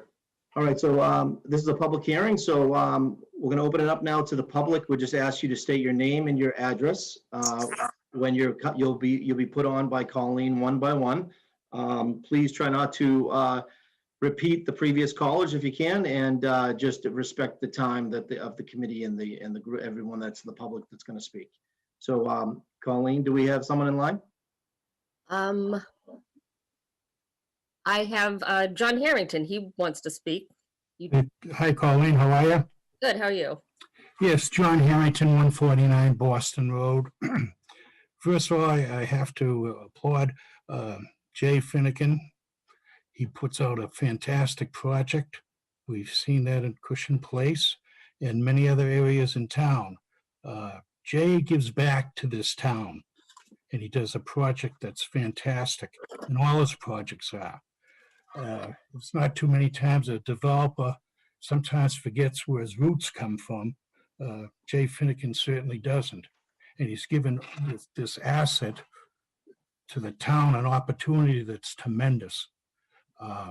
But besides that, I have another comment is with the Oddfellows house. That has been an eyesore for a number of years. It's a problem, and more of a problem to my family. We own the yellow building right beside it. We're 11 feet from that fire trap that's been there for a number of years. If that ever starts to burn down, I'm going to lose my family's property that we've had for 70 years. That's going to wipe out one side of Chelmsford because Fishbones is 16 feet from my property there. So that's that side of the town. When I heard this project was going to be put together, or was in the plans of putting together, it's a win-win for this community and for certainly our side of the town. When I say that, my building, my family's building, and Fishbones. And it takes these two buildings, the Fisk house, the Oddfellows house, and brings them back to life. What more could we ask for? I don't think there's another developer out there that would spend the time and the money, and certainly hearing this presentation, what they went through, and to put this together. And I fully support this, and I hope the board votes possible on this project. Thank you. Thank you very much. Next person, Colleen? Deirdre Connolly. Okay. Hi, so can you hear me? Yes, Deirdre, can you state your name and your address, please? Absolutely. Deirdre Conley, 19 Billrica Road. So I'm going to start with, I have a couple things. One is a letter, two letters from abutters, Una and Joseph Tripiano, that they wanted read in. They were going to try and send them to someone on the planning board on the website. I don't know if they were successful in that. They asked me if not to read them for them. Evan, are these the letters that were sent in today? Yes, I forwarded them to the board. Okay, they requested that they be read into the record. They are direct abutters living at 15 to 17 Billrica Road. So fine, if someone else is going to do that, that's fine. Number two, I have a list of people that have emailed me, some abutters and some townspeople expressing significant dissatisfaction that they wanted expressed to the board, that they pretty much to a person agree with and are excited about the redevelopment of the Fisk House and the Oddfellows building, but that they have significant concerns and do not at all, and are opposed to the multi-family dwelling. Shall I read those names, or shall I forward the names and emails to the board? It's 30, 40 names. I would ask you to forward those off to the main office at the town. Okay, a number of them are abutters who. They really can't look at them unless it's a formal signature with their name and their addresses on it as a petition. But okay, well, we can definitely put together a petition and deliver that. you want to put that forward to Evan? Do we send that to your office to Colleen's attention? That's fine, either Colleen or myself. Okay, thank you. Thank you. Okay, I'll send them to Colleen. Thank you so much. And then I have my own comments, but I'm going to take them offline for later. Okay, you don't want to address them now while you're on the phone. You have the floor. Nope. Okay. All right, so I'm going to read in before we go into the next one. I'll read in one of these emails right now is from Joseph Tropopino. I'm sorry that I'm mispronouncing your last name. My name is Joseph Tropopino. I own the property that abuts up to the property proposed project. In the back corner, my property is 1517 Billrica Road, Chelmsford. I am requesting information regarding issues related to this project, surveys of the abutting property, period. Can you please supply me with a copy of the survey that was provided to the board regarding my property and the other abutters on both sides of my property in respect to the proposed project?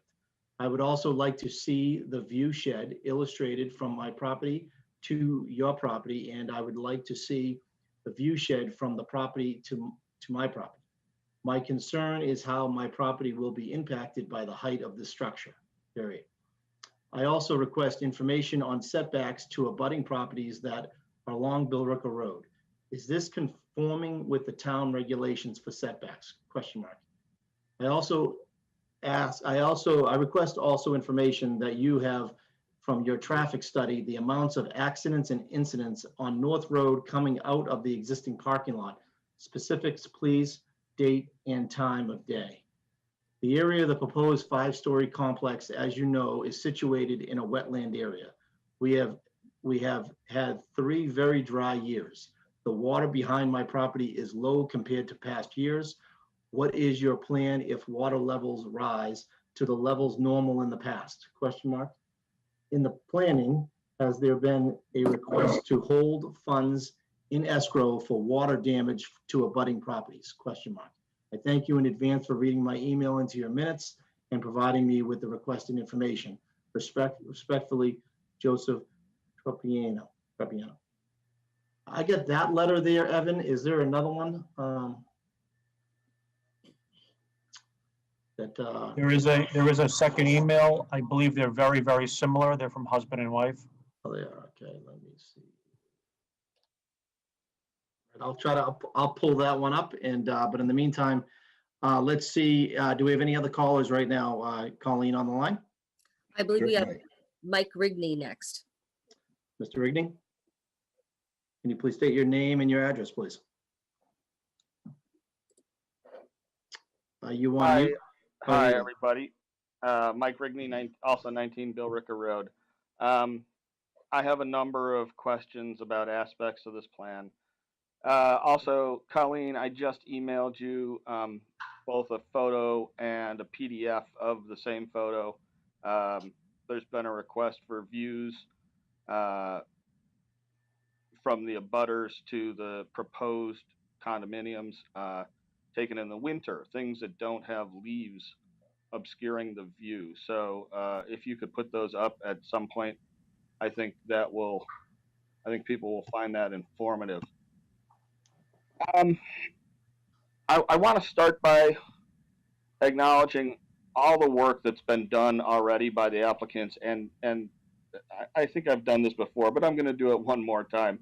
The work that Katie in particular has done with the drainage has been exemplary, and I think regardless of how this particular project comes out, my hope is that that will be the game plan going forward for doing some much needed and long needed work on that property, which has been virtually abandoned.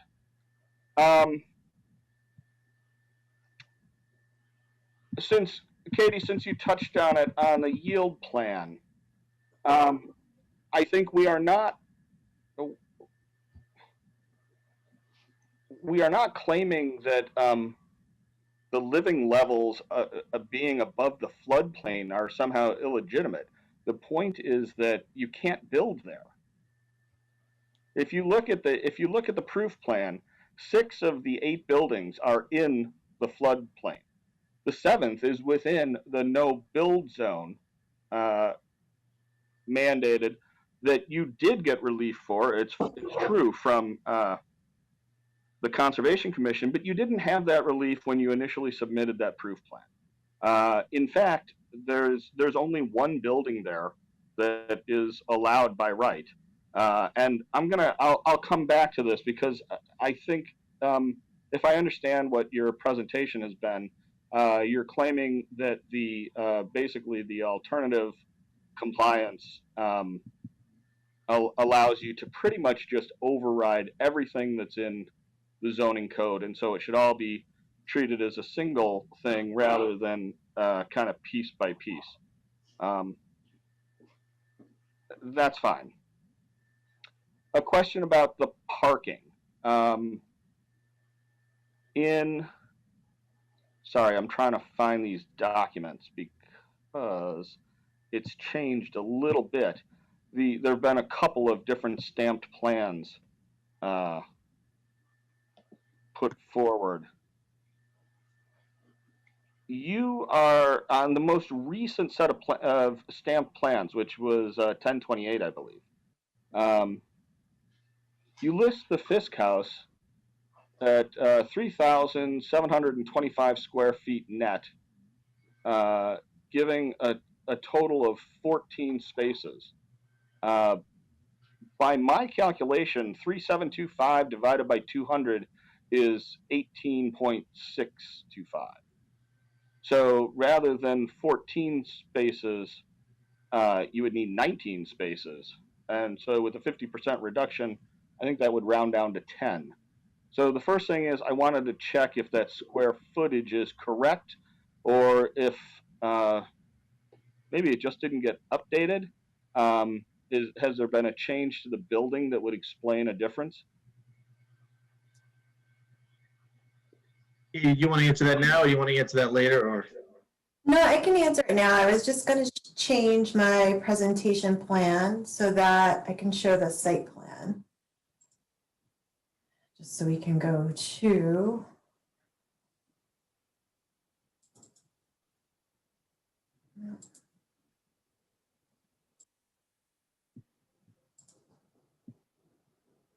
Just get to the right, here we go.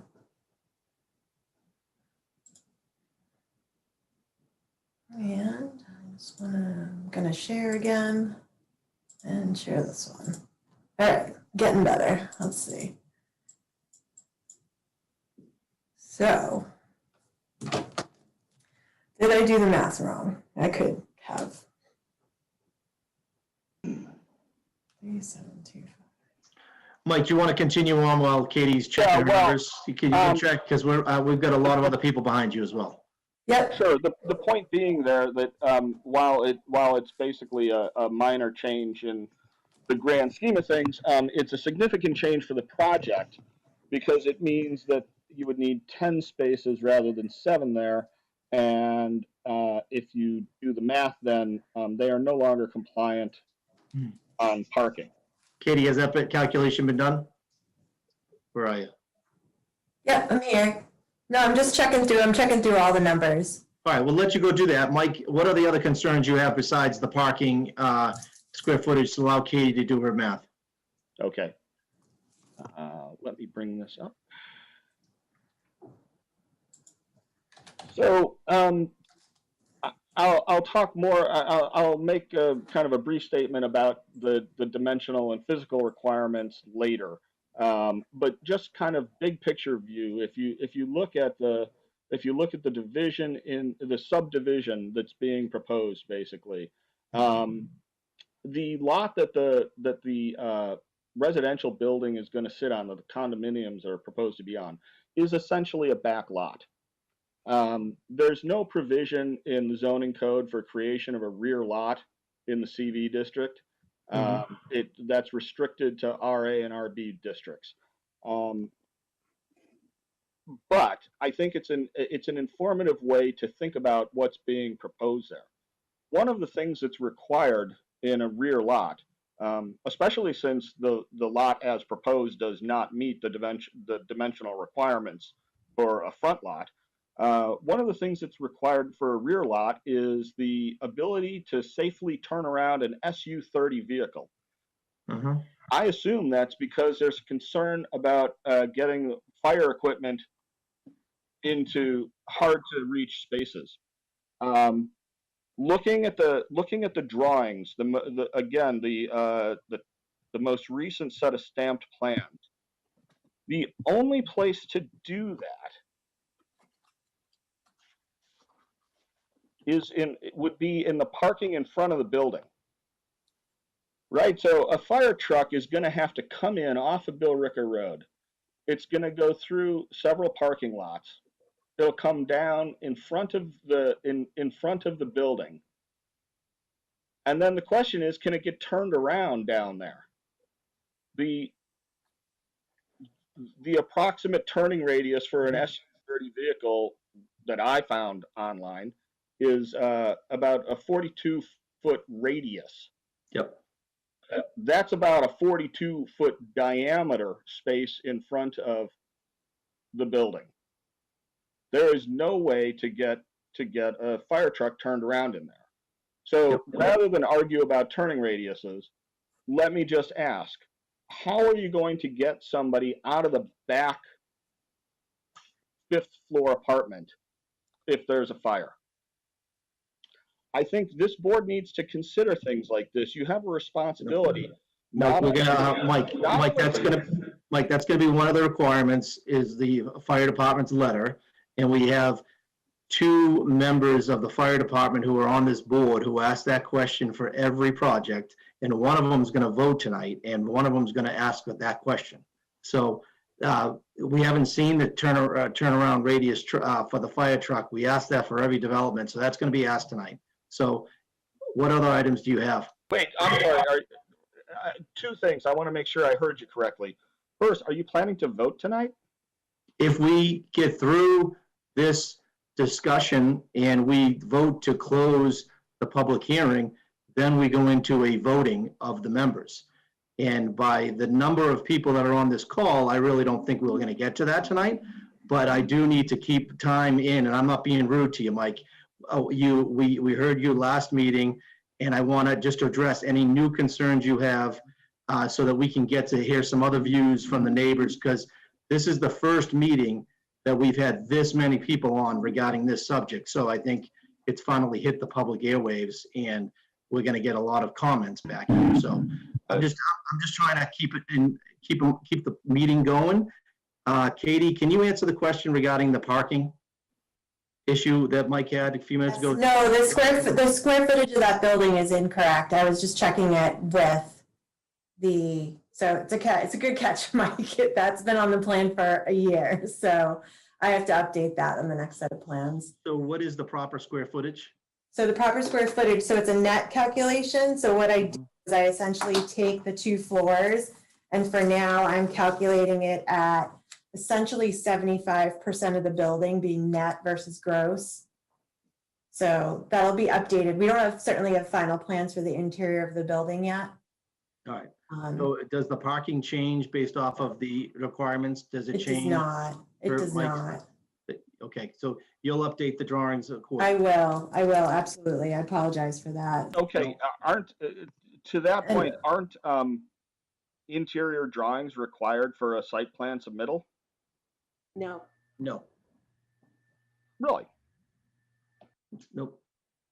Okay. We don't get into the interior architecture or layout of the buildings.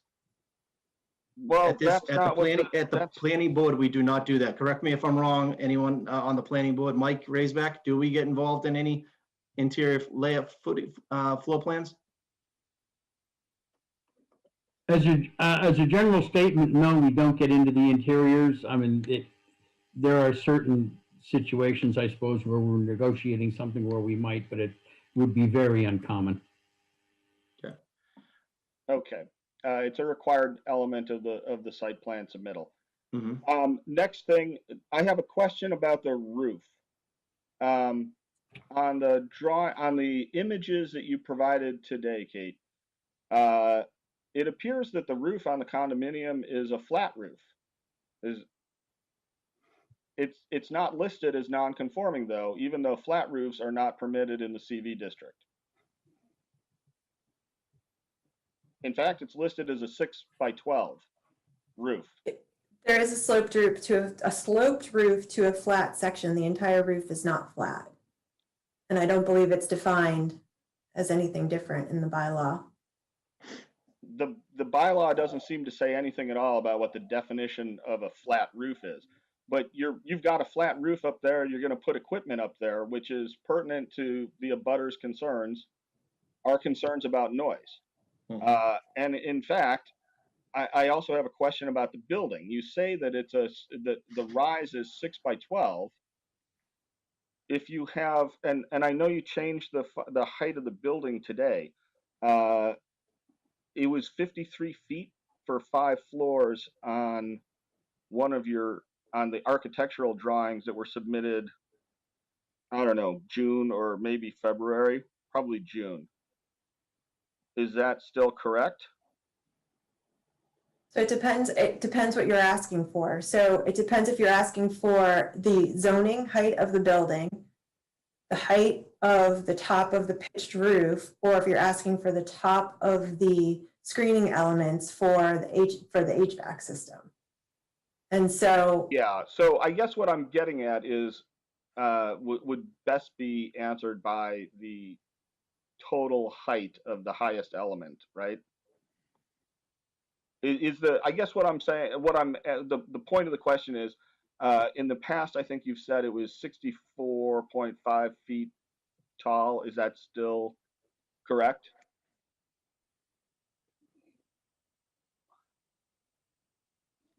Because there's a couple of things there. One is that there's a concern about the absolute height. The other is that a quick calculation looks to me like the rise for the roof as described then, if those numbers are correct, is more like 3.5 per 12, which also does not meet the zoning standard for the CV district. And, you know, let me just, Mike, I hear you. I'll try to cut to the chase a little bit here. This building does not, first of all, I'm supportive of the proposed work to be done on the Oddfellows. I'm largely supportive of the proposed work to be done with the Fisk House. I am completely opposed to this proposed condominium development. It is what is proposed is non-conforming for lot dimensions. It is non-conforming for the physical size of the building. It is non-conforming for the allowed number of units within the building, and it appears to be well, all right. Perhaps it conforms to parking. It also does not appear to conform to the requirements to have for the sewer hookup. It is prohibited to create new connections to the sewer in a floodplain. This building is being built within the floodplain district. Yes. I'm sure the applicant will argue that they intend to raise the building out of the floodplain. But they're not allowed to do that work within a floodplain either. And they do, the notice of intent filed with the Conservation Commission does not give them the right to do that. So what we have is an illegal building on an illegal lot with an illegal sewer hookup. All right, well, it was only 6 years ago, 2014, that the planning board brought forward to town meeting the VCOD, the purpose of which was to set expectations within the town, amongst developers and amongst abutters, for what sort of development might happen in the center of this town. This is now the third project that has tried to do an end run around the VCOD requirements by going to a special permit or alternative compliance. If there's a problem with the wording of the VCOD, I suggest that it be properly addressed by changing the wording of the VCOD and bringing it back to town meeting for approval. I agree, Mike. So, the board is addressing a couple of those concerns that we have. I would just like to point out, pardon me? The board is addressing some of those concerns outside of this meeting. Then I would urge the board not to. But right now, take action, not to issue a special permit until those concerns are appropriately addressed. All right, Mike. So I'm going to ask you to clean up. But here's the deal: the proponent and the applicant here is under the current bylaws approved by the town meeting. If they feel that they're coming through asking for a special permit, we cannot delay approval of this or not approval of this or voting this for a meeting for town meeting to change the regulations. So we're under the current bylaw right now, and I understand your concern, and as an abutter, your concern. So do you have anything else? Because I got to wrap this up. I got to go off to the other 50 people that are in line here, Mike. Yeah, I have one thing to leave you with. All right. I'm here like I have been for the last 4 or 5 meetings. I'm here tonight in particular. My daughter is home. She's going back to school tomorrow. Instead of spending time with her, I'm sitting in front of a computer talking to you guys because the applicant has brought forward a non-conforming plan, an illegal building on an illegal lot with an illegal sewer hookup. I hope you will take that into account. I hope you will consider that you have a responsibility to all of the citizens of Chelmsford, not just to the developers of Chelmsford. Thank you. No, Michael, thank you very much for your passion. I appreciate it. And all your comments have been duly noted. So going forward, we're going to ask you to be brief. Try not to repeat the height. We're going to get into comments from the board that are elected officials here that to get back to and the fire trucks and all that. So, Katie, do you have someone next? I'm sorry, Katie. Colleen, who's next? Peter Schultz is up. Peter Schultz, Mr. Schultz. Hi, Peter Schultz, 36 Westford Street. Some of the questions have been touched upon before, but some of them haven't. We're talking about floodplain here, we're talking about parking. I always ask about, we look at these things when we're not dealing with snow removal. What happens to all that snow? How does that affect the floodplain, the wetlands there? Because the stuff is going to get pushed over by the contractors, and it is going to have debris and such from vehicles and runoff and such. How's that going to be handled? You have more, we can address them all together. We're creating a list Okay, here, so. traffic into the center. Yep. I mean, we're talking about up to 2 years of the residents now dealing with construction going on in the center. It's bad enough as it is. How are they going to handle traffic flow in and out of there? Because anybody coming out of the Santander Bank side who has ever tried to take a left during a busy time, good luck. I mean, are there plans in place to control the ingress and egress from the proposed condominium complex? Next, water. I think every resident here in town knows we are on well water. We are not driving new wells. Our capacity for water is not increasing, and our water pressure keeps going down. What does this mean? Adding these units, what does this mean for our overall, are we adding infrastructure? And the same thing on the sewage side. What's being done there? We already know we're in a situation where we're beyond capacity. So how do we keep going beyond capacity? So I can answer the question regarding this project here. This project is under that. They're included in the numbers right now for approved capacity for the town. So the board has already addressed that. This planning board has addressed that in previous meetings. For water or for sewage? That was for sewage. So Chairman, if I may, I'm a water commissioner and we have adequate water to supply this project. So be aware. What does that mean to the rest of us? We have adequate water for the community. We have the ability to supply everyone. So thank you, Mr. Harrington. So Mr. Schultz, sorry, I respectfully disagree. You have the floor, Mr. Schultz. Is there anything else you'd like to address, Peter? Yeah, we've lived here over 20 years. Yep. And the water pressure gets less every summer. Okay. And yes, I've replaced a supply line to my house, so it's not a supply line to my house issue. It is a supply and delivery issue. Okay. This is just going to add to that, unless something else is done. Getting back to parking impact, this muni parking.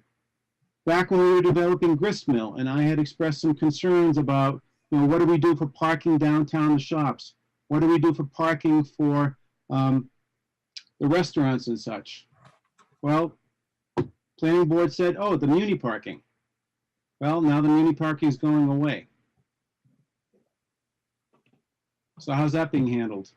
So again, we'll answer these questions, but we've answered them in previous meetings. This has been going on for many, many months. Okay, so how can I find out? It's been an issue with the board is the parking. That's been #1 issue a year ago. So right. If this is your first meeting, we'll try to bring you up to speed real quick. But I can read up if you can point me somewhere. I mean, We're addressing this issue as we speak. Right now, they have a 50% reduction because of the center village requirements. So that's something that we're concerned about as well. So, Katie, can I ask you to the snow removal? Can you, I don't want to get into, I would actually like to take all the questions and then allow you to answer them after. Thank you. And try to go through that, because I don't think we'll get anywhere by answering questions one by one throughout the thing. And unless someone on the board has a different opinion, I think that's the way we should proceed. Is that appropriate, Evan? So Peter, do you have any other concerns? We're making a list here. We will address these in the response from the team here. And then I think when the whole board here is going to capture a lot of these issues. Yeah. No, again, there's a lot of work put into this. I appreciate all the work. There's a lot of consideration for historical preservation on the two homes. But I'll echo what other people have asked. If we could get a winter view, because I would say that the trees that are being shown there are probably in the perfect view possible in terms of size and foliage. Okay. And I'll take anything offline. Thank you. No, that's fine. I appreciate you, Pat. Thank you very much. Colleen, next. Yes, I told Donna she was next, but actually there's somebody before her, Galozzi. There they are. There you Hi. are. Our name is Galazzi. Galazzi. We're residents over at Gristmill. Okay. And we want to support this proposal here. We've been here since November of 2019, and we've been longtime Chelmsford residents, and we selected Gristmill because of our ability to walk to the merchants in the center, in the village center. Okay. And it's worked for us. So I know you heard a lot of questions and a lot of problems with the proposal, but we're a proof point that the attractiveness of the village center is an attraction, and it's worked for us. And the ability to walk to and patronize the local merchants is of value to us. So we would support this proposal because we think it's bringing a reasonable, if approved, it will bring a reasonable number of people into the area to additionally support the local merchants. And the proposal makes better use of the assets within the center, the village center. So for those reasons and the financial benefits package, we support this proposal, and we would ask that you support it as well. Thank you. It would do a lot for the town. We think. Okay. Thank you very much for your opinion. Next, Colleen, is it Dawn? Donna. Oh, Donna. Yeah, I'm asking her to unmute. Donna, if you could state your name and your full name and your address, please, I'd greatly appreciate it. I'm Donna Reddy. I live at 11 Cushing Place in Unit 108. I want to speak on behalf of this for a number of reasons. One of first is, like the previous speaker, I live here. I love the building. It's quality building. So the residents that are all living here are really enjoying all of the amenities of being able to live in the town, in the center of town. But I think what's really important here is that this building really speaks to what the town had in mind when they were doing the village master plan. What it's trying to do is to showcase the town's history and its culture while taking care of two very deteriorated buildings. They're also trying to, add to the diversity of businesses by hopefully getting some office space in there and being able to have the restaurants that would hopefully eventually, with the COVID, will be able to get open. They also, part of that whole master plan was to really look at making sure that it was much more of a pedestrian area that people could be walking around in. And I think that it really meets a lot of the needs of what the master plan had in mind when it had created that committee to look at the center. Being a real estate agent, I am very aware of the number of people who have a great desire to live, work, and play all in the same area. There are a number of people who really can't wait for this next building to be built because they want to get in on this atmosphere that has been created from the gristmill condominium that I'm living in now. And so I think that there's definitely a pent up need for it. Most of my building is filled with people who are Chelmsford residents, who came from Chelmsford, who are just downsizing and want to live where they don't have to take care of the yard, etc., and want to be able to walk to places and enjoy the bike trail and the common, and hopefully eventually all the other things that go on the common and at the cultural center, etc. I think that it's really important for people to understand that this is a three-pronged project, and if we do not get, if this building, I understand how everyone would like to see the Fisk House and the Oddfellows done, but it's also an investment property. I look at it from a business point of view too. If it's an investment property, it has to make sense financially. Does it make sense financially for them to just fix up those two buildings to be, there in the center of town? You need to have this this other piece in there to make it a financial go. And I think in the long run, there are some things that we have to agree to or compromise on that happen within this plan. But in the process of the compromise, you are getting out of it two buildings that are going to be restored and will be more of a showpiece, which is what we really want for the town of the center of our town, for people to look at this and want to come here and go to the restaurant or work at the Fisk House and just enjoy walking around looking at a building that's not deteriorated, or as John Harrington put it, a fire hazard. If in fact we do not agree to having this kind of a project in the center, this whole thing is going to go away. And all the work and everything that these people have done to put it together will just end up, on the chopping block, and we'll have two buildings that will continue to deteriorate because it is got to be financially something that someone wants to do to be able to get our buildings to be fixed up. So we have to compromise. We're going to have another building, which I think is a plus, but there has to be compromises made. So Donna, you're in favor of this proposal? I'm totally in favor of this proposal. I would like to see this Thank you. building built. I think it will be an asset to our town. All right, thank you for your opinion. Your Okay. thoughts. Colleen, next. Deirdre Connolly wants to come back. Deirdre, can I ask you to come, Deirdre, you had to state your name and your address again, but I'm going to ask you to please be quick on address, and if you could address something, if you can address something that Mike didn't address and you didn't address previously. Absolutely. Thank you. Deirdre Conley, 19 Billerica Road.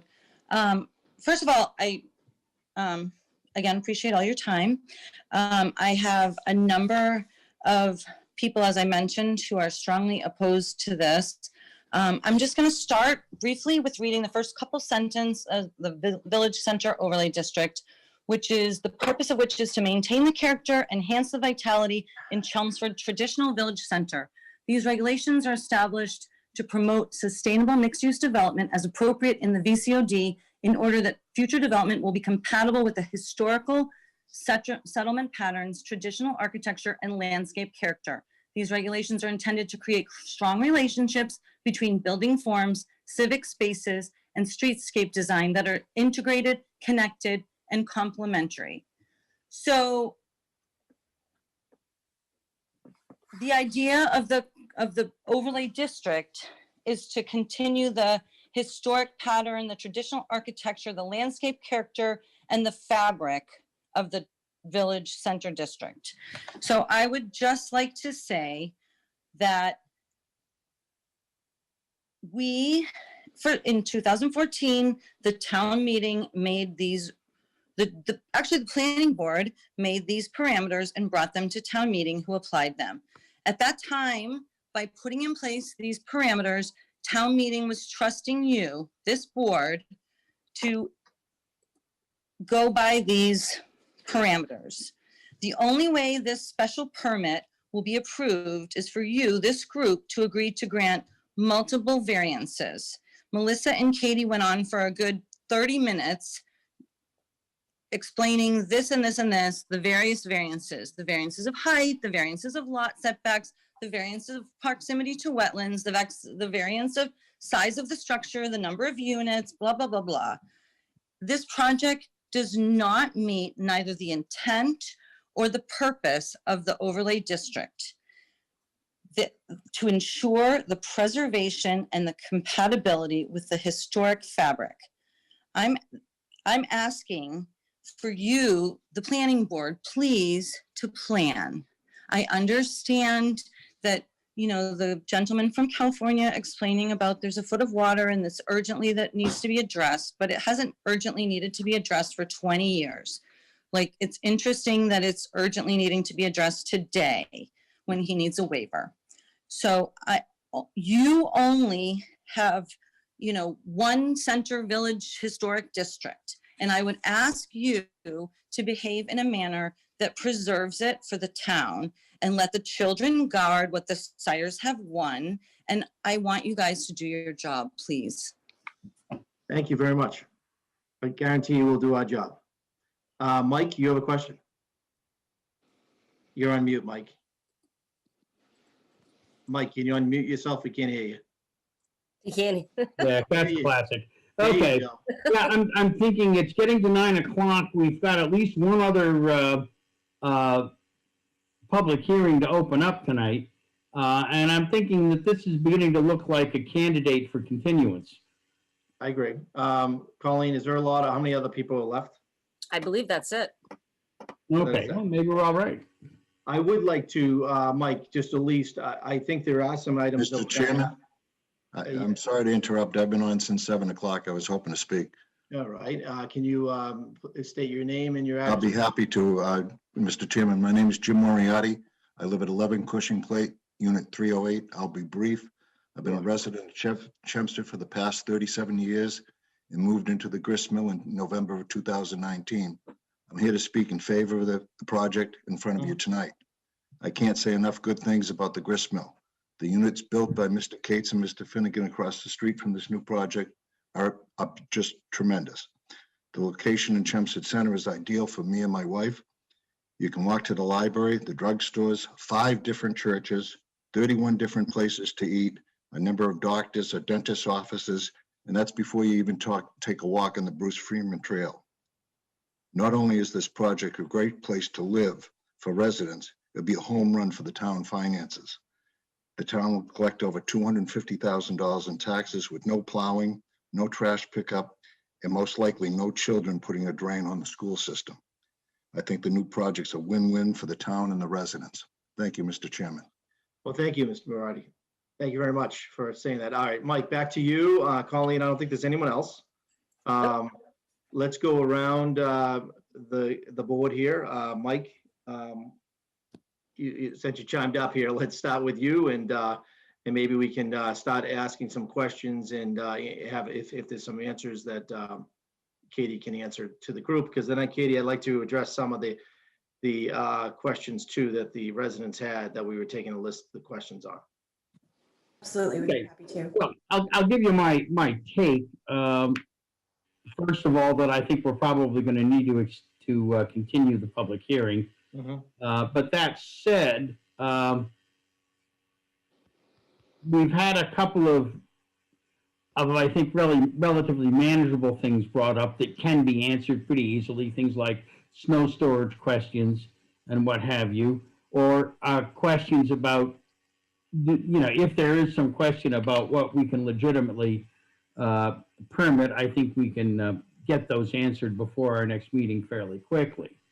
I don't want to comment beyond that if there's a possibility that we're going to continue the public hearing, however. Yep. All right. Thank you, Mike. I Dawn? never received notification. And who's this that chime in? Can you state your name, please, and your address?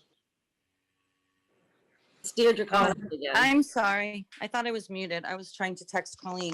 I never received any notification. Of? I can check that. Don't worry. Okay. Thank you, Colleen. If you can check that, that'd be great. All right, Dawn Van Dyne, comments? Yeah, I'm curious, what's the buffer as far as, what's the buffer for the landscaping between the abutters, the residents, and the new project? I see the trees in the picture, but what actually is going to be the reality, Katie? Mike, would you like me to answer these questions one by Yes. one, or? Oh, no, Okay, yeah, sure. no, I would like you to answer the questions directly from the board. That'd be great, and then we can Sure. go through the rest of the questions. Okay, I want to bring back up the presentation slide that shows the aerial. Just give me one sec.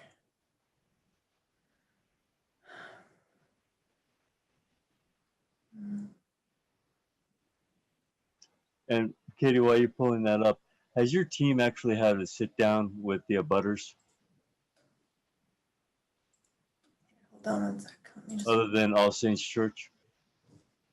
I've met with Mike Rigney on several occasions, Okay.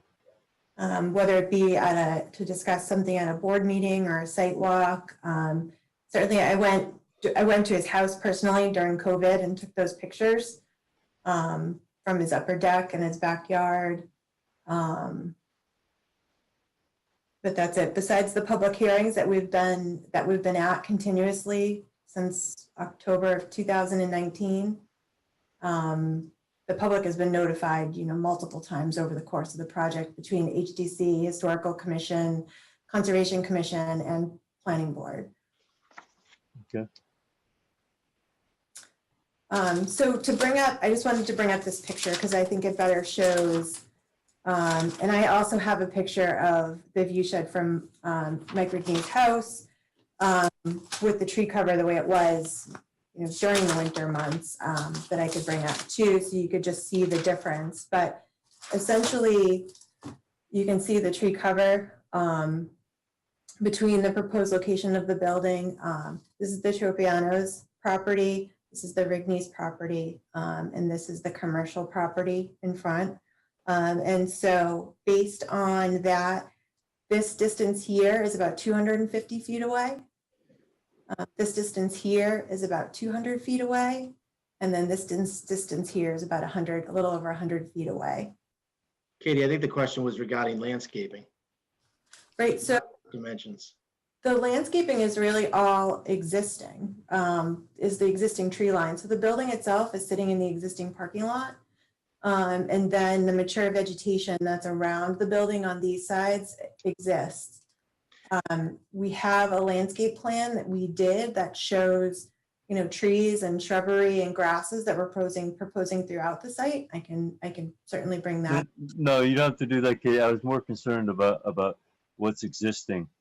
Now that's on your property?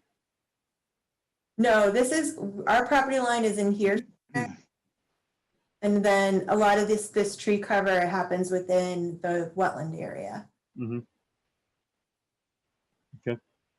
I can bring up, it might make sense to bring up, let's see what else. Let's share. A lot of different things I can share. I didn't put them all on the slideshow. This was the raw picture I took from the roof deck. So you can see there's no leaves on the trees, and you can see the density of the trees that are here today. You can kind of start to make out a car in the parking lot here. And you can kind of get a handle of the pavement that's beyond it, but it's difficult because the trunks are pretty close in proximity to one another. Okay. Dawn, any other questions? No, I'm good. Katie, while you had that last picture up, I'll just ask a question because I didn't know it's going to come back to the landscaping, not the last one, the winter one, the previous one. Oh, okay. Yep. One part of your presentation. Yep. Hold on. Pull that one. Need to get better at the switching back and forth. No, that's okay. I just wanted to ask you while you had it up, but I didn't want to interrupt, Dawn. Yep. No, absolutely. Here. There. How much of that green trees are renderings and how much is real? So the question I ask is, how much has this been made? You right where your hand is. How much is that from an aerial view right now that everyone would be able to see? Not a lot. And I can bring up, if you want me to bring up Google Earth, I can bring up the Google Earth and you can kind of see the difference. I just didn't know, has that been doctored at all by the architectural team? Because they put the buildings in and I can see the other trees in the parking lot that have been added. So how much more has been added to this? I feel like a little bit, but it's not significant. I mean, when I bring up, I can easily bring up, let me So we show. can add that to your future questions. We can take. a Well, no, look. I have the town, I have GIS up already. I can show you the town GIS. So I can show you what the aerial photo looks like. If you want to see that, or so you can see the existing vegetation that exists. And this photo is very brown, but you can see this is all trees, this is all trees. Okay. There's trees here and here. All right, thank you. Yeah. All right, who's next here? Glenn? I think you guys have answered pretty much all the questions that I had. I agree with both Mikes. This is gonna definitely need to be continued and give everybody a chance to get their answers together. Just one quick thought on the other Mike's question about with the floodplain stuff. This has already gone through conservation and has conservation approval. And I'm sure that that would have been addressed at conservation. Is that correct? We do have conservation approval. We have an order of conditions that's been issued for the site. Yeah, and the floodplain, that's all been addressed with conservation. They've reviewed everything to do with the resource, correct? Yeah, so if it was illegal to do, they wouldn't have let you done it. So that's all I got. Katie, can you just explain that the building was moved out of the floodplain? Because I think people are confused. Some of the difference between the project that we had originally submitted and the project now is that we have moved the building out of the floodplain by adjusting the grades within the parking lot, provided a cut fill analysis to show that we're not affecting the volume of water that stays within the property. And that's something that the Conservation Commission approved as part of their approval. Just another thing for clarity for everybody that's listening, the floodplain is a height. It's not like a layout, like a wetland. Everybody thinks it's a wetland. It's not. It's an elevation difference. It's not a side to side difference. It's an up and down difference. All right, hey, Glenn, anything else? That's it. How about Nancy? Let's see. Here you I'm go. here. Hi. Hi. Yeah, I don't have any questions at this point. Well, maybe I do. I guess the question that I have on my mind is, when we reviewed this project for applicability, we approved it for applicability with concerns over the height. And as we've been reviewing it at all these meetings, we have continued to iterate that the height is an issue.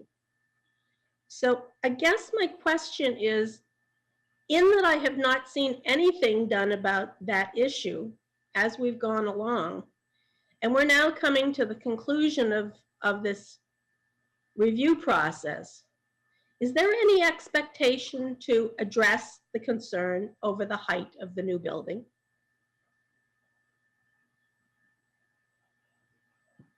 Katie. Yeah, sure. No, I'd be happy to answer that. I think that, I mean, we've been consistent with the project since the preliminary hearings over 1.5 years ago, that the project works economically at 5 stories. And the only reason it's at 5 stories is because of the unique nature of the property and the fact that we are adjacent to the brook. If we were across the street where the grist mill was, we were able to bury the garage, except for the end, which is open to the center of town. We don't have that ability here. So we have our garage at the first level and then the 4 stories of living above that. What we have done is looked hard at, before we brought you the project, we looked hard at essentially where this building would sit and how to make it economically viable to address Santander continuing to operate business on the property, and the incredible amount of financial contributions that need to be made to the Fisk House and the Oddfellows building. So as far as height, we have looked at the massing of the building. I think we've been through, I believe it took us 5 meetings through the Historic District Commission to get the building approved by the HDC. The building has changed substantially in the way it looks within the district. We did speak to the massing in that meeting and the types of materials, and you can see the materials are quite different than the grist mill across the street. We also talked about the screening of the materials on top of the building, which changes the height, the perception of the height. And I understand that we've talked a little bit about the zoning height, the actual kind of roof height, and then the screening height. Those all add additional linear feet to the building. And the screen was added, and the screen, I believe, is 3 to 4 feet in height at the HDC. We've also paid close attention to the location within the topography and how it relates to the center. And I had used an elevation slide that was adjusted when we moved the building by 18 inches. And now we've been able to kind of pull that 18 inches back and pull it down so that the building height remains the same as the original application. But there is not a project that works here that is not 32 units. 32 units, essentially minus the 8 units, which is the 8 units per floor, brings us to, what am I doing? Okay, I don't mean to be rude, but you're trying to go through the questions, but the answer is you're not addressing the height. The answer is that we believe we've addressed the height by providing additional information and changes to the building to try and address the questions about height, which is a perception from the center of town. We've provided. It's been an issue since day one, and it has not been addressed. So, Nancy, do you have any other questions? No, I don't. That's it. Mike, Mr. Walsh, could I actually say something just briefly in response to that? I'll make it brief, I promise. Yeah, sure. Go ahead. Go ahead, Melissa.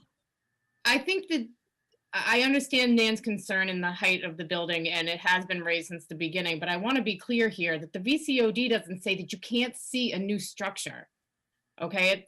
It wants you actually to bring structures closer to the road for certain purposes, and I understand that this is not one of the purposes that some of the abutters or some of the board members may like to see towards the front of the site, and it is in the rear of the site. Now, as to seeing it, actually seeing the structure, I think that I can say in good faith that this applicant has gone out of their way to ensure that what they see is within the intent of the bylaw, which, as was pointed out from the abutter, is the preservation and compatibility with historic fabrics of the area. We have done every single thing that has been asked of us from the Historic District Committee, the Historical Commission, and every other person that has brought us a historical attribute to any of these structures, including the new building. So yes, you can see it, but I don't think that in itself is a reason to deny it based on its height, because we've gone out of our way to ensure that it fits within the VCOD and the intent of it. That's all, Mr. Chair. Okay, no problem, Mike. Nancy, any follow-up on that? No, I don't. Okay, thank you.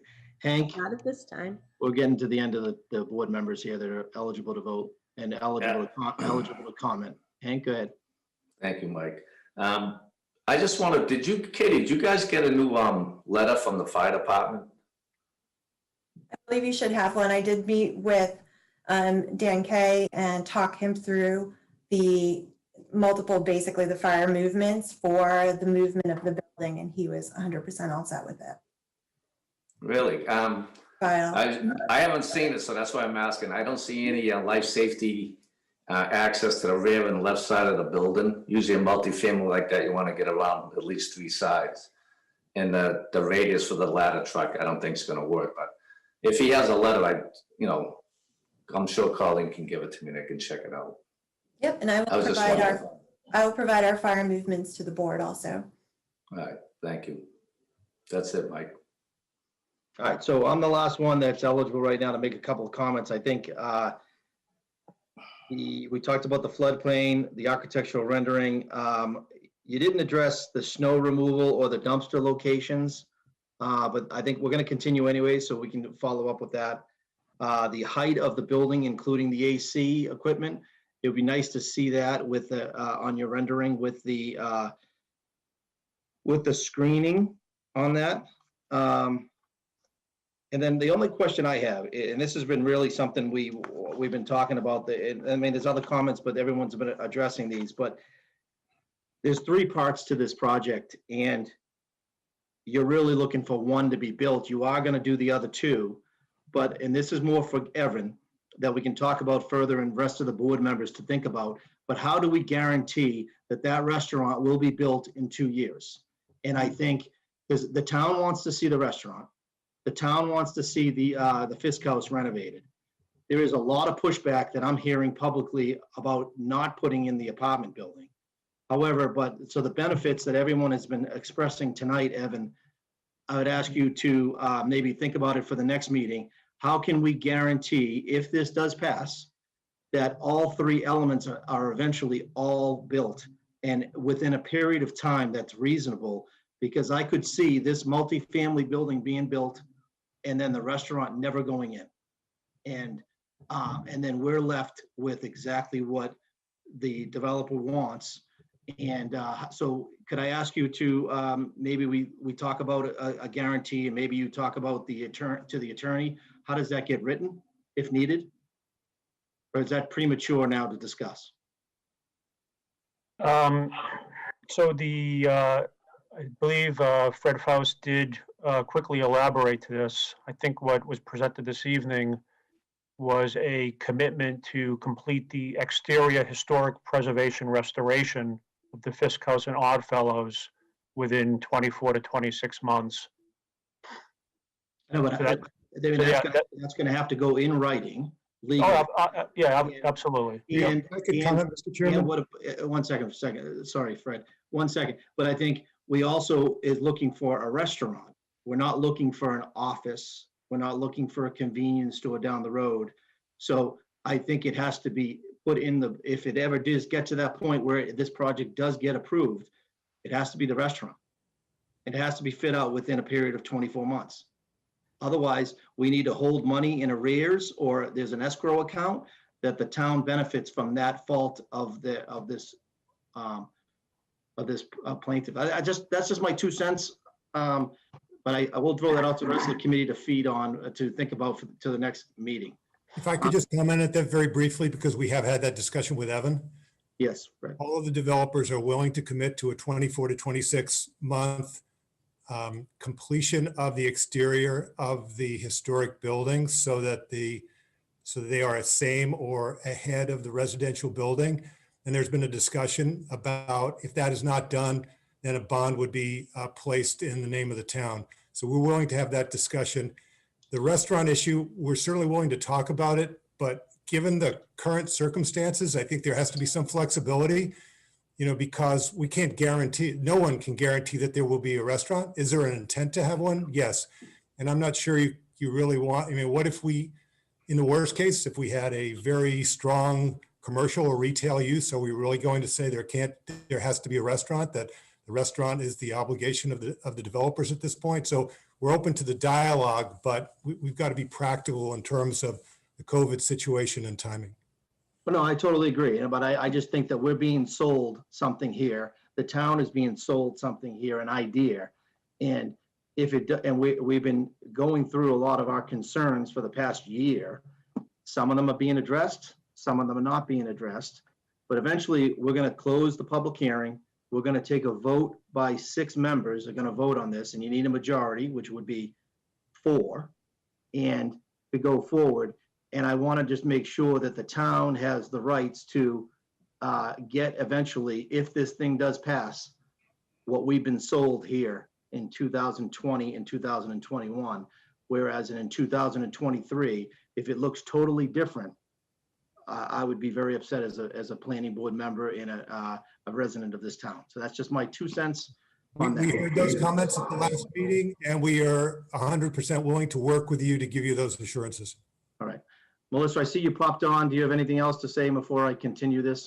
Just something quickly to add, Mr. Chair, that we would have, I think Evan and Fred, what they're suggesting is the standard time frame for a special permit is that work is completed within a 24-month time frame.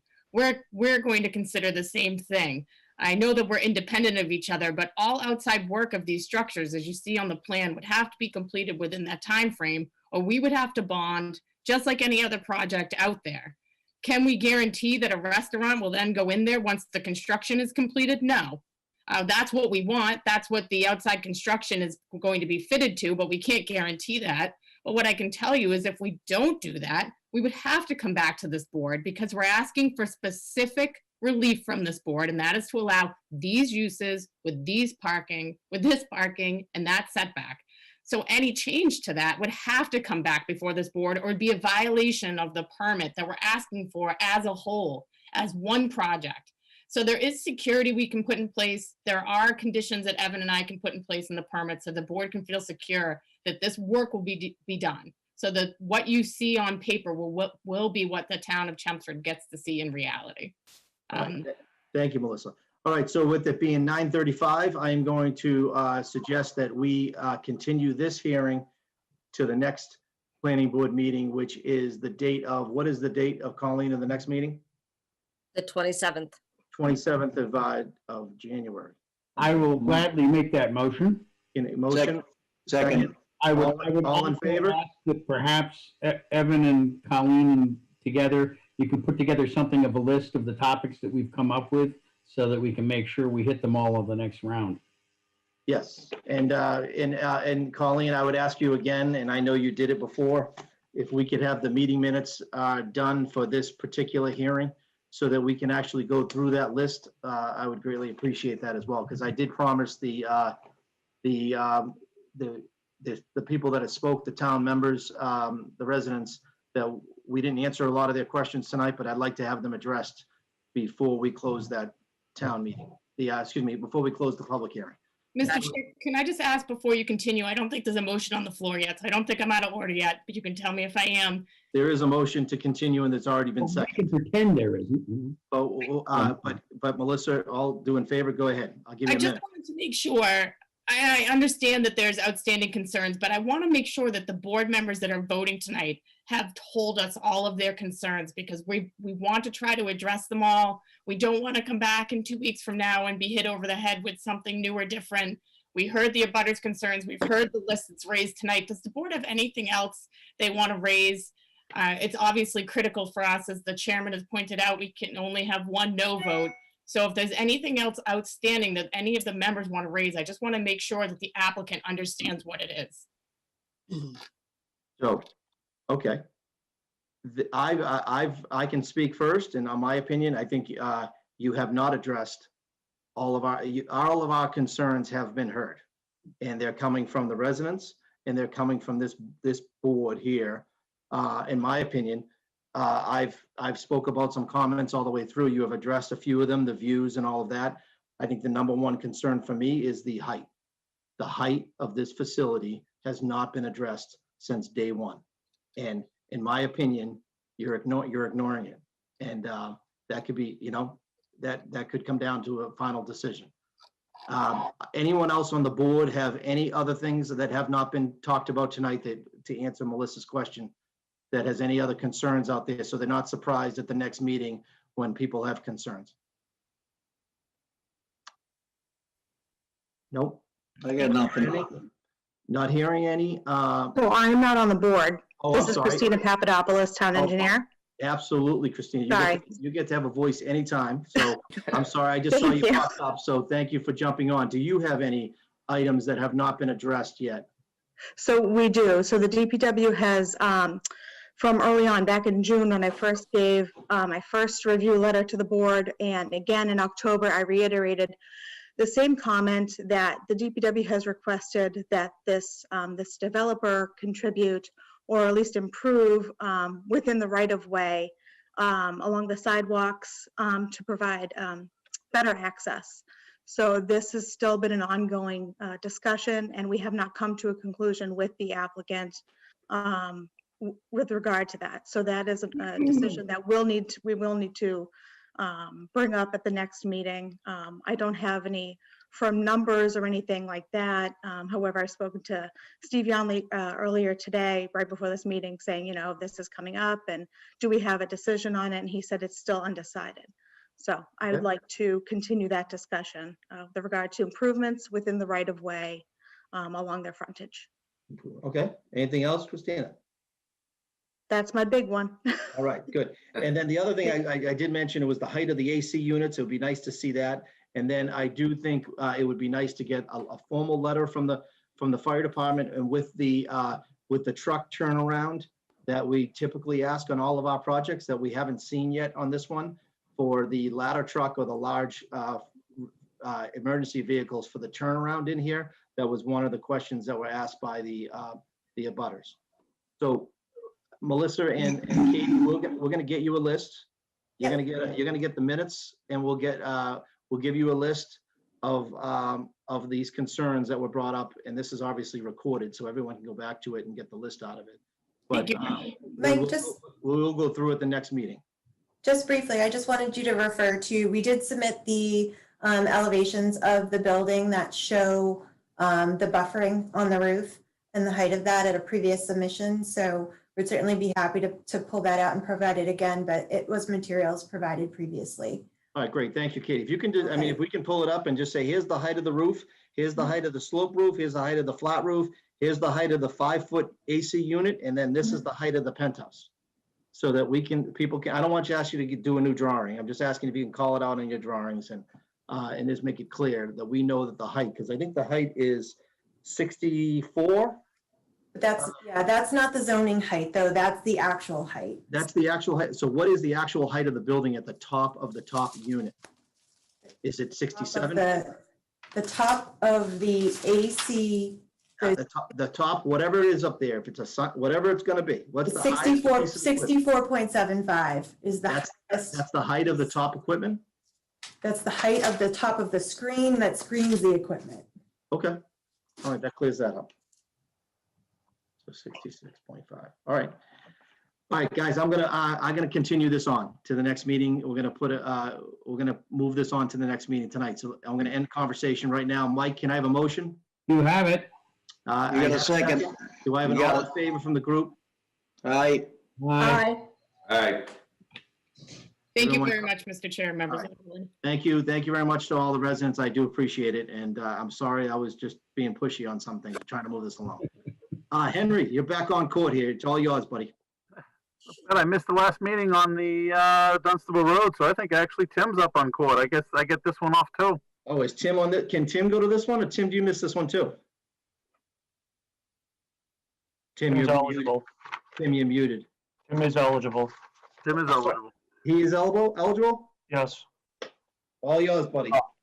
Oh, great. My job's getting in the way. All right, so up next, Dunstable Road.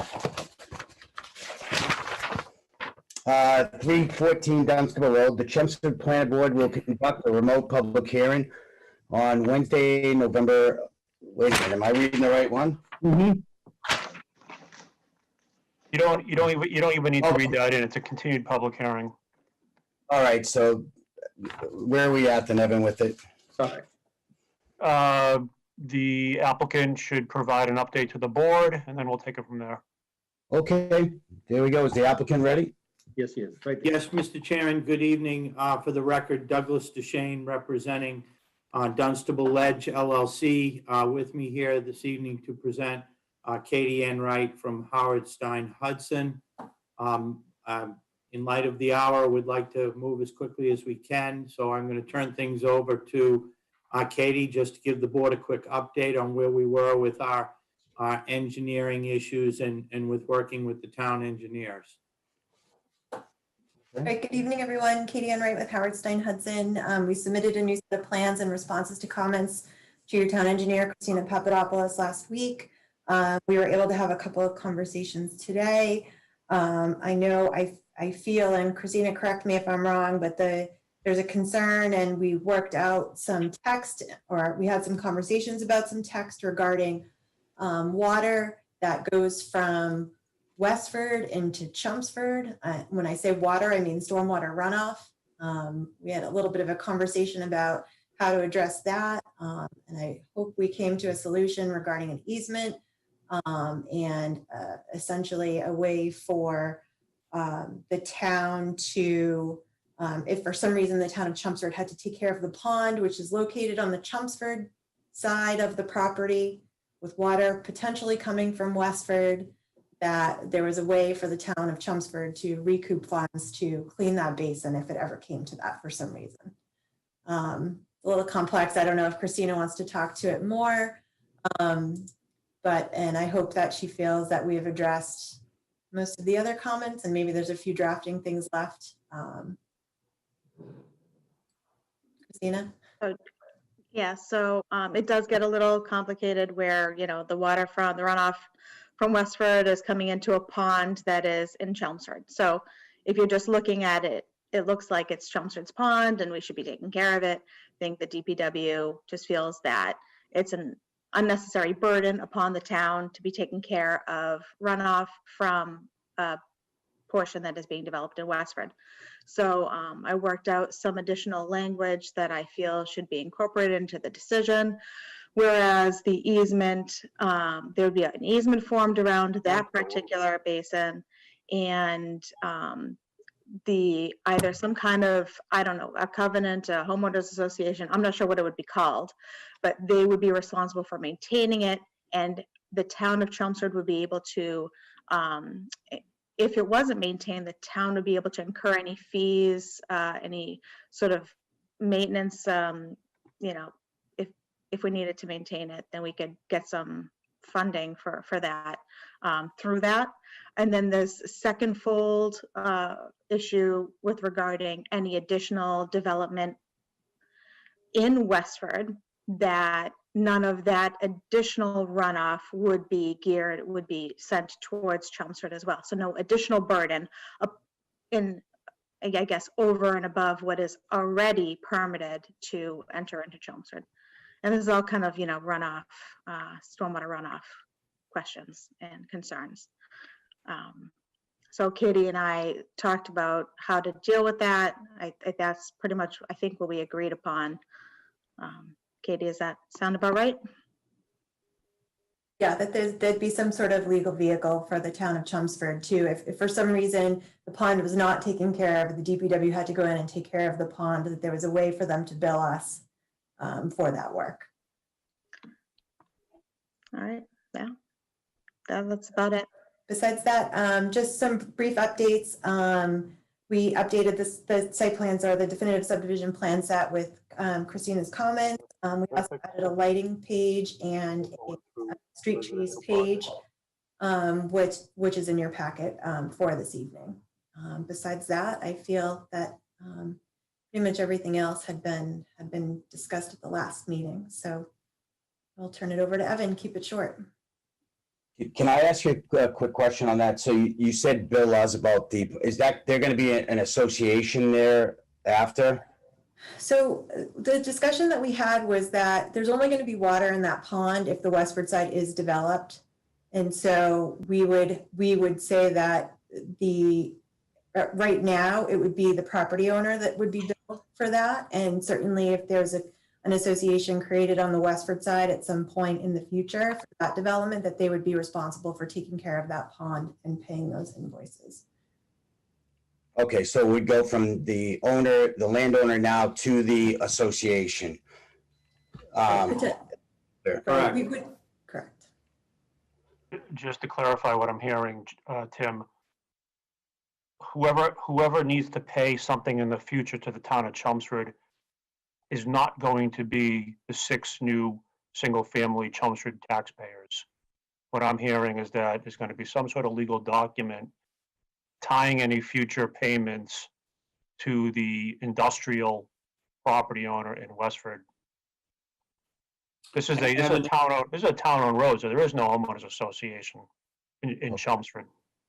Evan, that is correct. And just so that we're all clear, essentially what will happen is that the developer, and then, as you say, eventually the association or the owner of the Westford property, first of all, not only grants an easement to the town of Chelmsford to access that pond if they have to, but in the first instance, will be responsible for maintaining it. The only time we would talk about payments is if that owner doesn't maintain that pond and the town's DPW determines that something needs to be done, they'll be able to exercise the easement, get it done, and then we'll be able to charge the associate, well, again, the developer, then ultimately the association in Westford.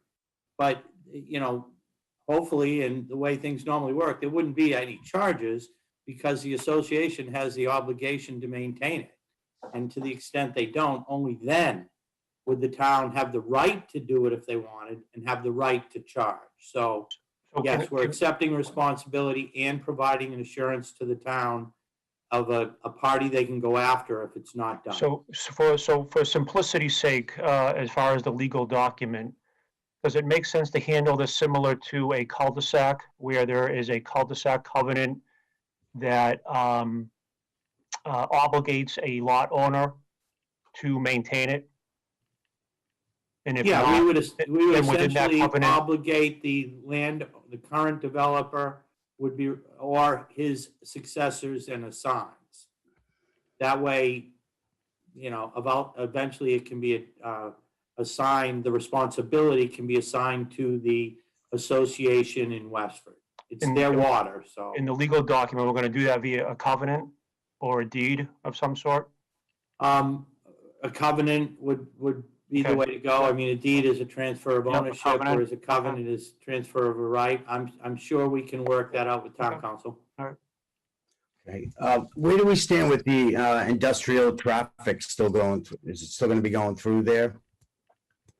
If from Westford side through Chelmsford, is there anything changed about that? I'm sorry, I missed the beginning of the question. Will there be industrial traffic coming from Westford into Chelmsford? Yes, as we've discussed previously and as we've discussed with town council, that would only be viable if in fact the road in Chelmsford is a public way. So if the road is accepted, then we are allowed to transport beyond the town, cross over the town line through one zone to the other. And that would be the understanding. You'll recall that we have worked with your DPW director to ask if there were any improvements or construction changes that they wanted to the road, understanding that there's a very viable or it's very realistic that we would be transporting.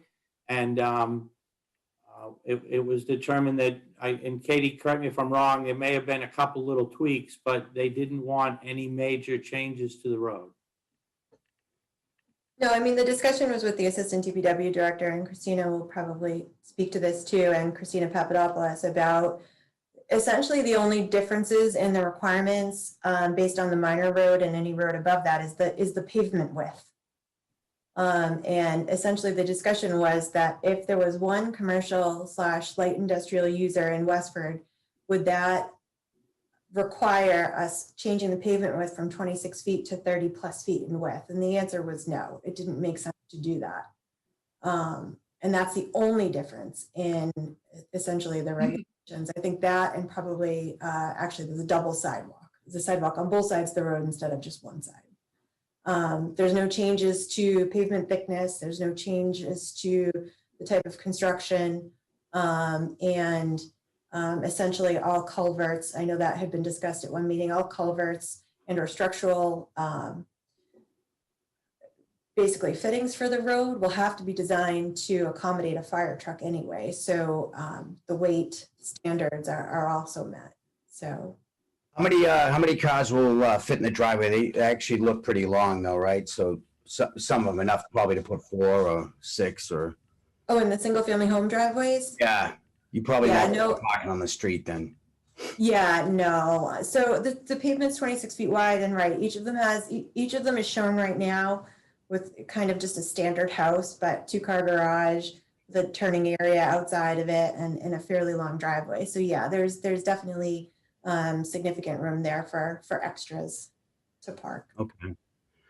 Until it becomes a town road, so the developer would have to maintain the road, or would they have an association, these houses? No, the developer would maintain them up and through town acceptance. There is no Gotcha. proposed homeowners association because this is, everything is proposed to be a public roadway, and there's no other amenities or structures within the subdivision that need to be taken care of by a homeowners association. So this is a straight public road subdivision.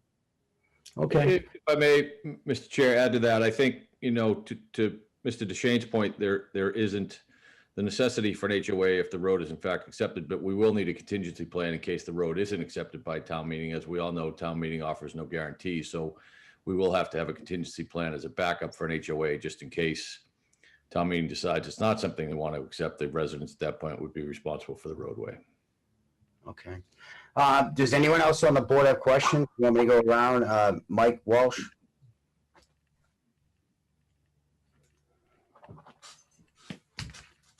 There you go. I muted myself for a while. I was talking too much. No, I don't have any questions. The concern I have is, so we're not approving the private wet road or a public road. It goes to town meeting. Is that correct? Evan? Correct. Okay. And the only concern I had from day one is how do we get an issue right now in town where there is an existing residential neighborhood and there's trucks coming through it and industrial trucks. And how it looks like we're creating the wheel again. And I'm just trying to figure out, I know you own the property and you look at it, but how can we, everyone know that some way down the road that those trucks are going to be rolling down that street. And I don't know if there's anything we can do about that, just to put it in it's going to be a public way. That's just my concern. It feels like it's going to be in front of the select board in a few years, once it's built, that people are complaining that the trucks are coming. So. Well, Mr. Walsh, we're cognizant of that concern. And my client is as well. I mean, he has to know that he can sell these homes and that people will want to buy them. Right. So we have agreed that we would provide notice to buyers, and in fact have agreed to put specific language within the deeds themselves in conveying the property that provides notice to a potential buyer that this roadway does in fact have an extension crossing over the Westford line into industrial zone property, and therefore this road may in fact service industrial uses. So anyone buying is going to be made aware of that prior to their buying. Obviously we'll have to be able to explain, and we should know by then, just what exactly we're going to do out there. We're going to have to let the buyers know. And then, Mr. Walsh, if people buy the house knowing that, then it's a very different situation than when. No, totally agree. And that you addressed my comment. If that can be done, which, and then that stays with the deed of the house, is that for the next? Yeah, we've agreed to allow a condition, or we've agreed to allow a condition within the decision that would require us to provide that notice within every deed. Great. Yeah, so I forwarded out a draft decision probably mid-afternoon today. Hopefully board members had a chance to review that. It does contain special condition number 6 that Attorney Duchesne is referencing. Based upon tonight's conversation with Christina and Katie Enright, we will add a condition, special condition number 7, related to the basin, having a covenant to run with the developer or their future owners. I also want to bring to the board's attention special condition number 1, which specifically references the Board of Health letter and specifically calls out the Board of Health's provision related to a 21E site assessment being done. As part of this process, when I first saw that condition, I did reach out to council just to make sure that that was something that was within the planning board jurisdiction. I do have a memo back from council that dates back to, I think, November 3rd, to myself and to the Sue Rosa, the director of the Board of Health. Directly from MGL, council copies and pastes, essentially says that the State Subdivision Control Act, not surprisingly, gives significant powers to the Board of Health when it comes to making reviews of definitive subdivisions, not only for typical wastewater subsurface treatment, but also extending to anything that relates to public health. So as far as tonight, I believe that the planning board doesn't really have a legal discretion on whether to accept recommendations from the Board of Health. I'm saying that entirely based upon council's memo and my direct conversation with him based upon that memo. So I just want to bring that to the board's attention, primarily because it is new territory where we have a letter from the Board of Health making statements related to 21E assessments. If I may, just briefly, Mr. Chair. Well, So we've heard from the Board of Health, and I've actually spoken with Sue Rosa, and just to make a statement, I think that the only thing we want to say in this respect is that we understand that the only reason that this was brought up was because of word of mouth from a few individuals that reached out to the Board of Health. There's nothing in the Board of Health files. There's nothing that's been submitted to the Board of Health as far as evidence that this is an issue on this site.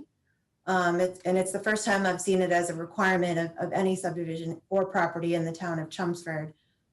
We've also done 16 test pits on site and have not found film materials or trash on site, witnessed by a soil evaluator, and about 75% of them were witnessed by Christina Papadopoulos. So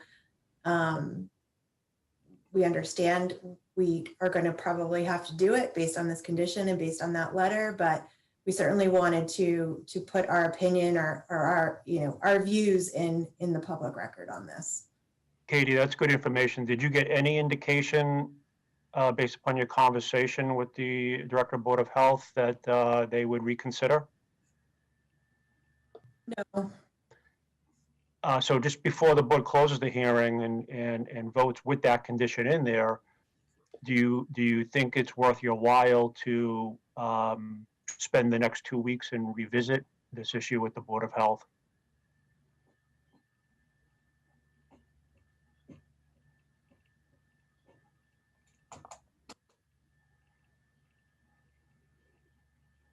Anyone? Katie, I think you're muted. I was deferring to Katie, but I'm not sure she. I thought you were asking the board. We own the piece. We did our own due diligence out there. We're comfortable with the piece. If the board is handcuffed and requires 21E, we'll bang it out. We're not concerned with it. We do feel it's not an appropriate use of funds, but nevertheless, I think Katie wanted to get on record there so that, people weren't terribly concerned with what's out there. But if, I understand Sue Rosa's position, and Katie's had direct dialogue with her. If she feels that Sue would reconsider, we'd take the 2 weeks. If she doesn't, then we'll bang out the 21E and move on. Do you think she would reconsider, Katie? I mean, to save the money, if it's worth it? So my conversation with her was very candid. Basically, she's heard from a couple of butters. She said she would sleep better at night knowing there was a 21E there before houses were built. I guess if I could ask that, maybe we move forward in hopefully in a favorable way. And if Sue changes her mind, we'd come in for an amendment. Exactly. Exactly. We don't want to tie up much more of your time. You seem to have your hands full in Chelmsford Center. So we don't even need to come back. You don't want us Dave. back. Well, I'm all set. Anyone else have questions? Anyone else on the board? No, I got nothing. No, And we are in a public hearing. There may be some abutters Yep. here. do we have any butters? I actually have some questions if you wouldn't mind answering them. Who's this? Oh, could you say your name and your address? This is Scott Hudson. I'm at 306 Dunstable Road. I'm a direct abutter to this. And some questions I have are, I bought this as a residential property. I had no knowledge that there was going to be, potentially a few road, 100 feet down from my driveway, potentially trucks going up and down the road. And I was just wondering if there's a way, do we know what is going to be built on this commercial lot? Is there a way to sort of like figure that out or get a grip on that? Just to clarify, Scott, you're aware that this proposed subdivision will not connect to the existing street that you live on?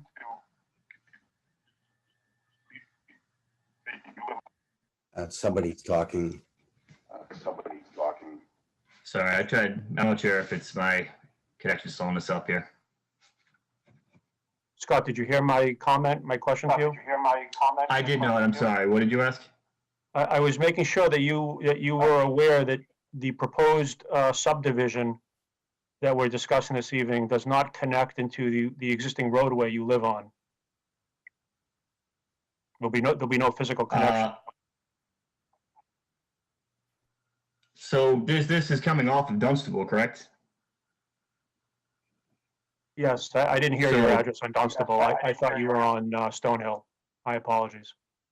No, I'm sorry. Yeah, I'm on 306 Dunstable. So this is actually, I'm the neighbor right next door to the road. So I don't really think there's an answer, right? I mean, the land is not even on the market. There's no idea of what's going to happen, right? For the commercial. No, Right. we haven't done any plans. We haven't done any permitting. We've actually taken no steps with respect to that property. So there's really no way to tell, and unfortunately, it will be their right. As you can tell, the builder's actually doing the right thing. He's putting something in the deed to notify buyers, which he's going to be building nice houses there. So let's hope somebody buys it. I mean, that doesn't, I understand he's doing that, but I'm not a new buyer. I bought a house not expecting any of this. So I mean, it's unfortunate. I don't know if there's anything I can do about it. It'd be nice if there's a way to sort of limit what can be put back there, and what are we going to have for noise? What are we going to have for traffic addition? What type of vehicles are going to be going down here? I kind of think it's impossible to do that because that lot is in a different town. Okay. Just final comment to Scott. Based upon what we know, what the applicant has told us about the property in Westford, it's likely a limited scope and scale light industrial type project. Remember, it's likely on septic. It's not overly large piece of property. So, those are some general characterizations. And as you're hearing this evening, in order for the industrial land in Westford to actually use roadways in Chelmsford Town Meeting would have to take a vote to publicly accept the roadways in Chelmsford to provide access to the property in Westford. So Town Meeting by then will likely know the specifics related to anything in Westford. I think if I may add to that, Evan, the town will absolutely know. We can't move forward with the Westford. We bought this piece for the Chelmsford parcel and for residential subdivision. The Westford piece came with it. We clearly need to sell the homes, and there's really no way, realistically, whether we put it in the deed, don't put it in the deed, the subdivision plan shows the extension of a roadway into Westford, and we are going to need buy-in from 6 potential families that are going to be adjacent to that parcel if we in fact are going to do anything up there. So, it really has to be user-friendly and adjacent to a residential setting, and that includes Mr. Hudson as well, but more so our 6 potential future buyers. are going to need to buy off on this thing, quite honestly. And if they don't, then there's really no project in the Westford parcel anyway. So the town is going to be made aware of it. It's going to have to be on board, quite honestly, because we do need the planning board's recommendation for town meeting acceptance. And without that, there really is no Westford project. So, we're not trying to pull the wool over anyone's eyes here. We have great respect for this board, a wonderful working relationship with this board. We just honestly don't know what's going on up in Westford yet. We haven't set foot on it. We haven't done any engineering on it. And our goal has been this 6-lot subdivision. Are you all set, Scott? Do you have anything else? We do have maybe a couple other questions or requests. Would it be possible to maybe, I'm kind of in a secluded area set back in the woods, and obviously there's houses kind of being built back in the woods by me. Is it possible to maybe have you guys build maybe just a barrier of maybe arborvitaes or something like that can kind of just block some of the view of some of this for me, so to help keep some of my privacy? So I can help the board with this. And I've always said this for 30 years. Screening is a two-way street. If we, as a potential unit for sale, can see the abutter can see us. And typically, both parties, including the viability of the sale for us, requires some screening. We install it, and that tends to work, blocking them from us and us from them. And everybody wins in that scenario. I always remind people that people don't buy things that aren't tastefully done. So if there's a house in the backyard of one of these homes and we feel that it needs to be screened in order to benefit our potential buyer, which ultimately benefits us, we screen it. All right. Scott, is there a way to get that? Is there a way to actually get that sort of on the plan or in some type of writing?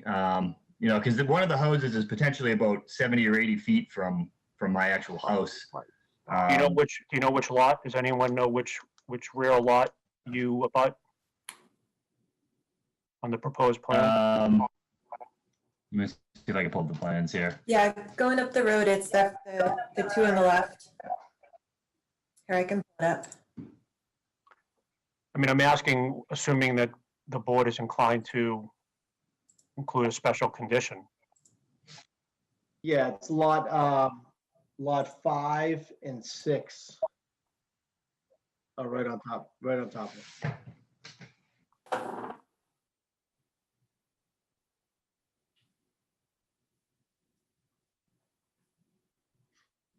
I mean, the developer just said he's willing to work with them.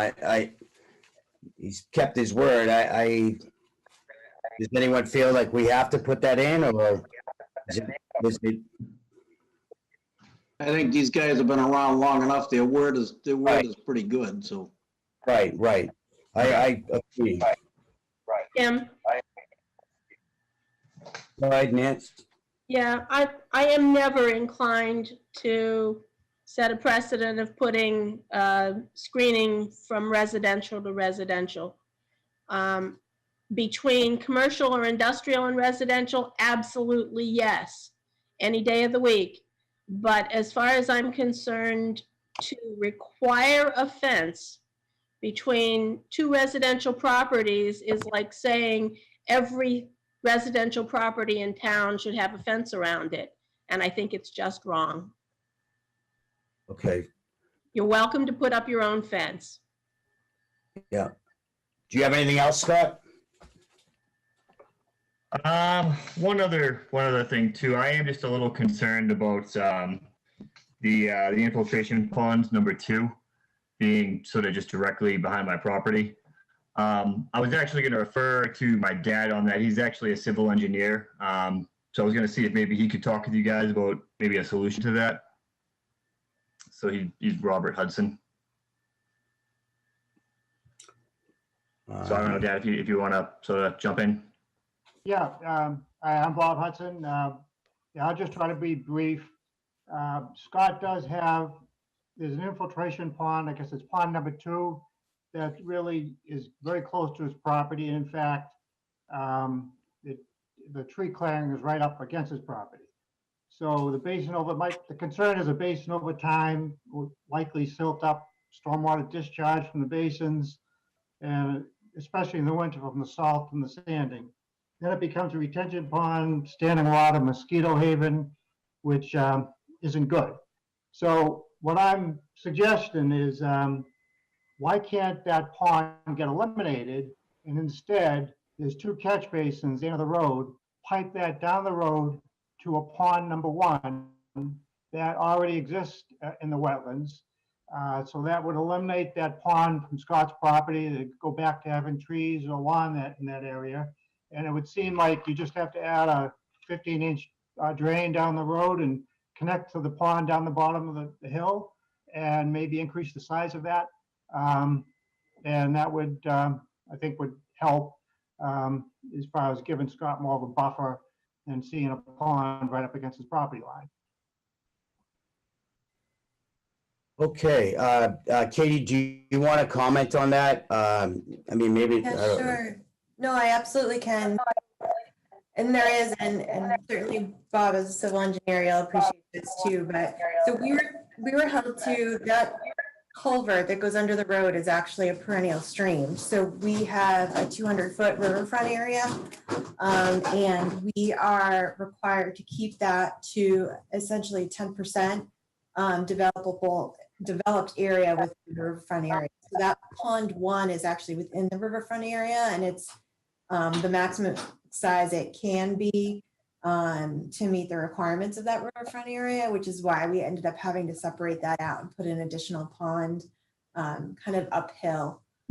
And we did look specifically at the outlet to make sure that the outlet was positioned in a manner that kind of better served the location of Scott's house. And we looked at kind of the flow patterns around there too. So there was kind of a lot of thought put into the drainage and where it's located out there. And just as far as clarification and maintenance, we haven't been before the Conservation Commission yet, but we will be submitting to them shortly. And also the engineering department has reviewed the plans. There's a pretty stringent operation and maintenance plan that has to go along with this stormwater management system, and we have to produce yearly maintenance logs to say that it has been dealt with, and show also that the pond drains within the 72-hour time period that MAT's stormwater regulations require. So there are some additional protections in place for the pond to continue to work as it's been designed. Okay, so I understand that it sounds like that pond number 1 is as big as it can get. Is there an option just to put that pond on the other side of the street instead of having up against Scott's property, go on the other side, where that would be a similar pond down the bottom where it would discharge to a wetlands, and it would be in an area next to wetlands anyways? Is that possible?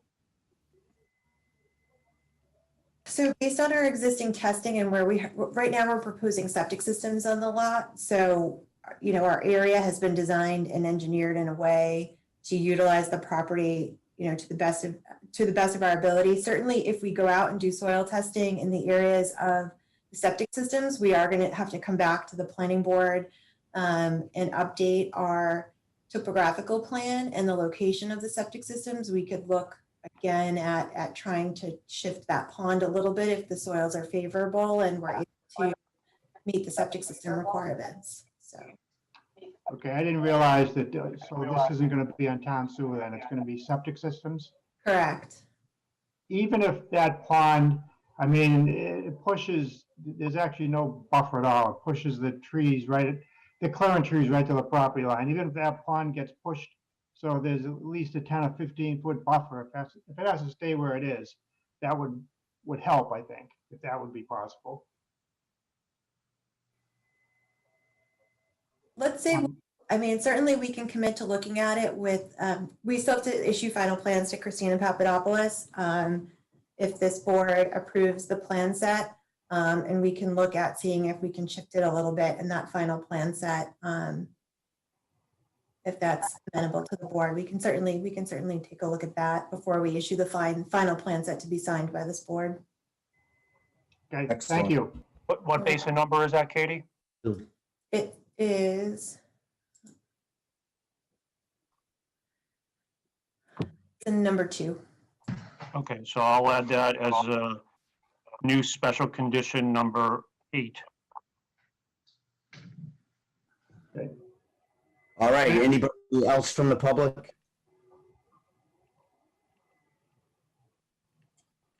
I don't think anybody else, so You want a motion to close the public hearing?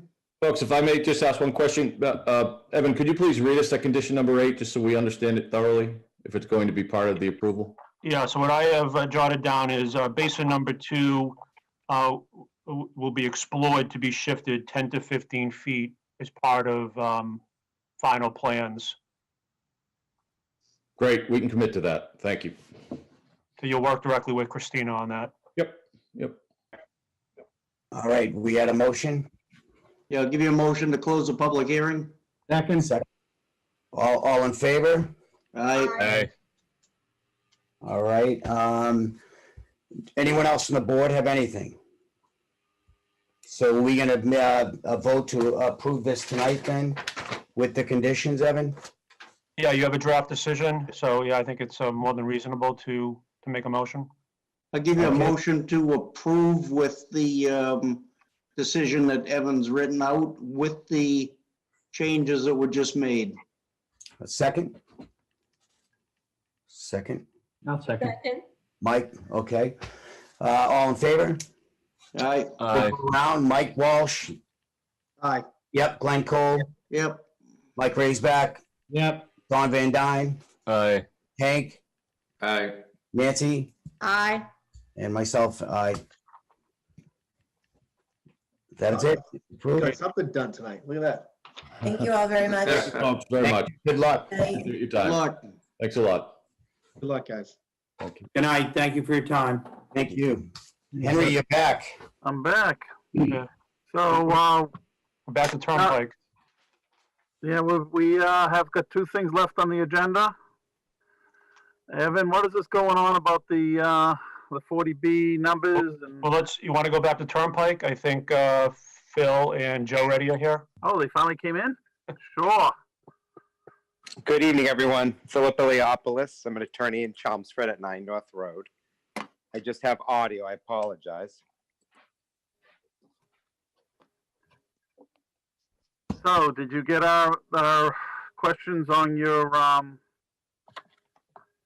you're only having 4 lots in the subdivision? No, I sent Colleen the updated one. That was just a clerical error. There is a 5th. I did update that for 5 lots. All right. Yeah. So I emailed her tonight, I think, the most updated version. That was just a typo. I can pull it up if you like. So this is two form, and it's a covenant required by your decision. It restricts the sale of the lots, and each lot that is to be sold requires a vote of the planning board to be released from the covenant. Does anybody have any comments?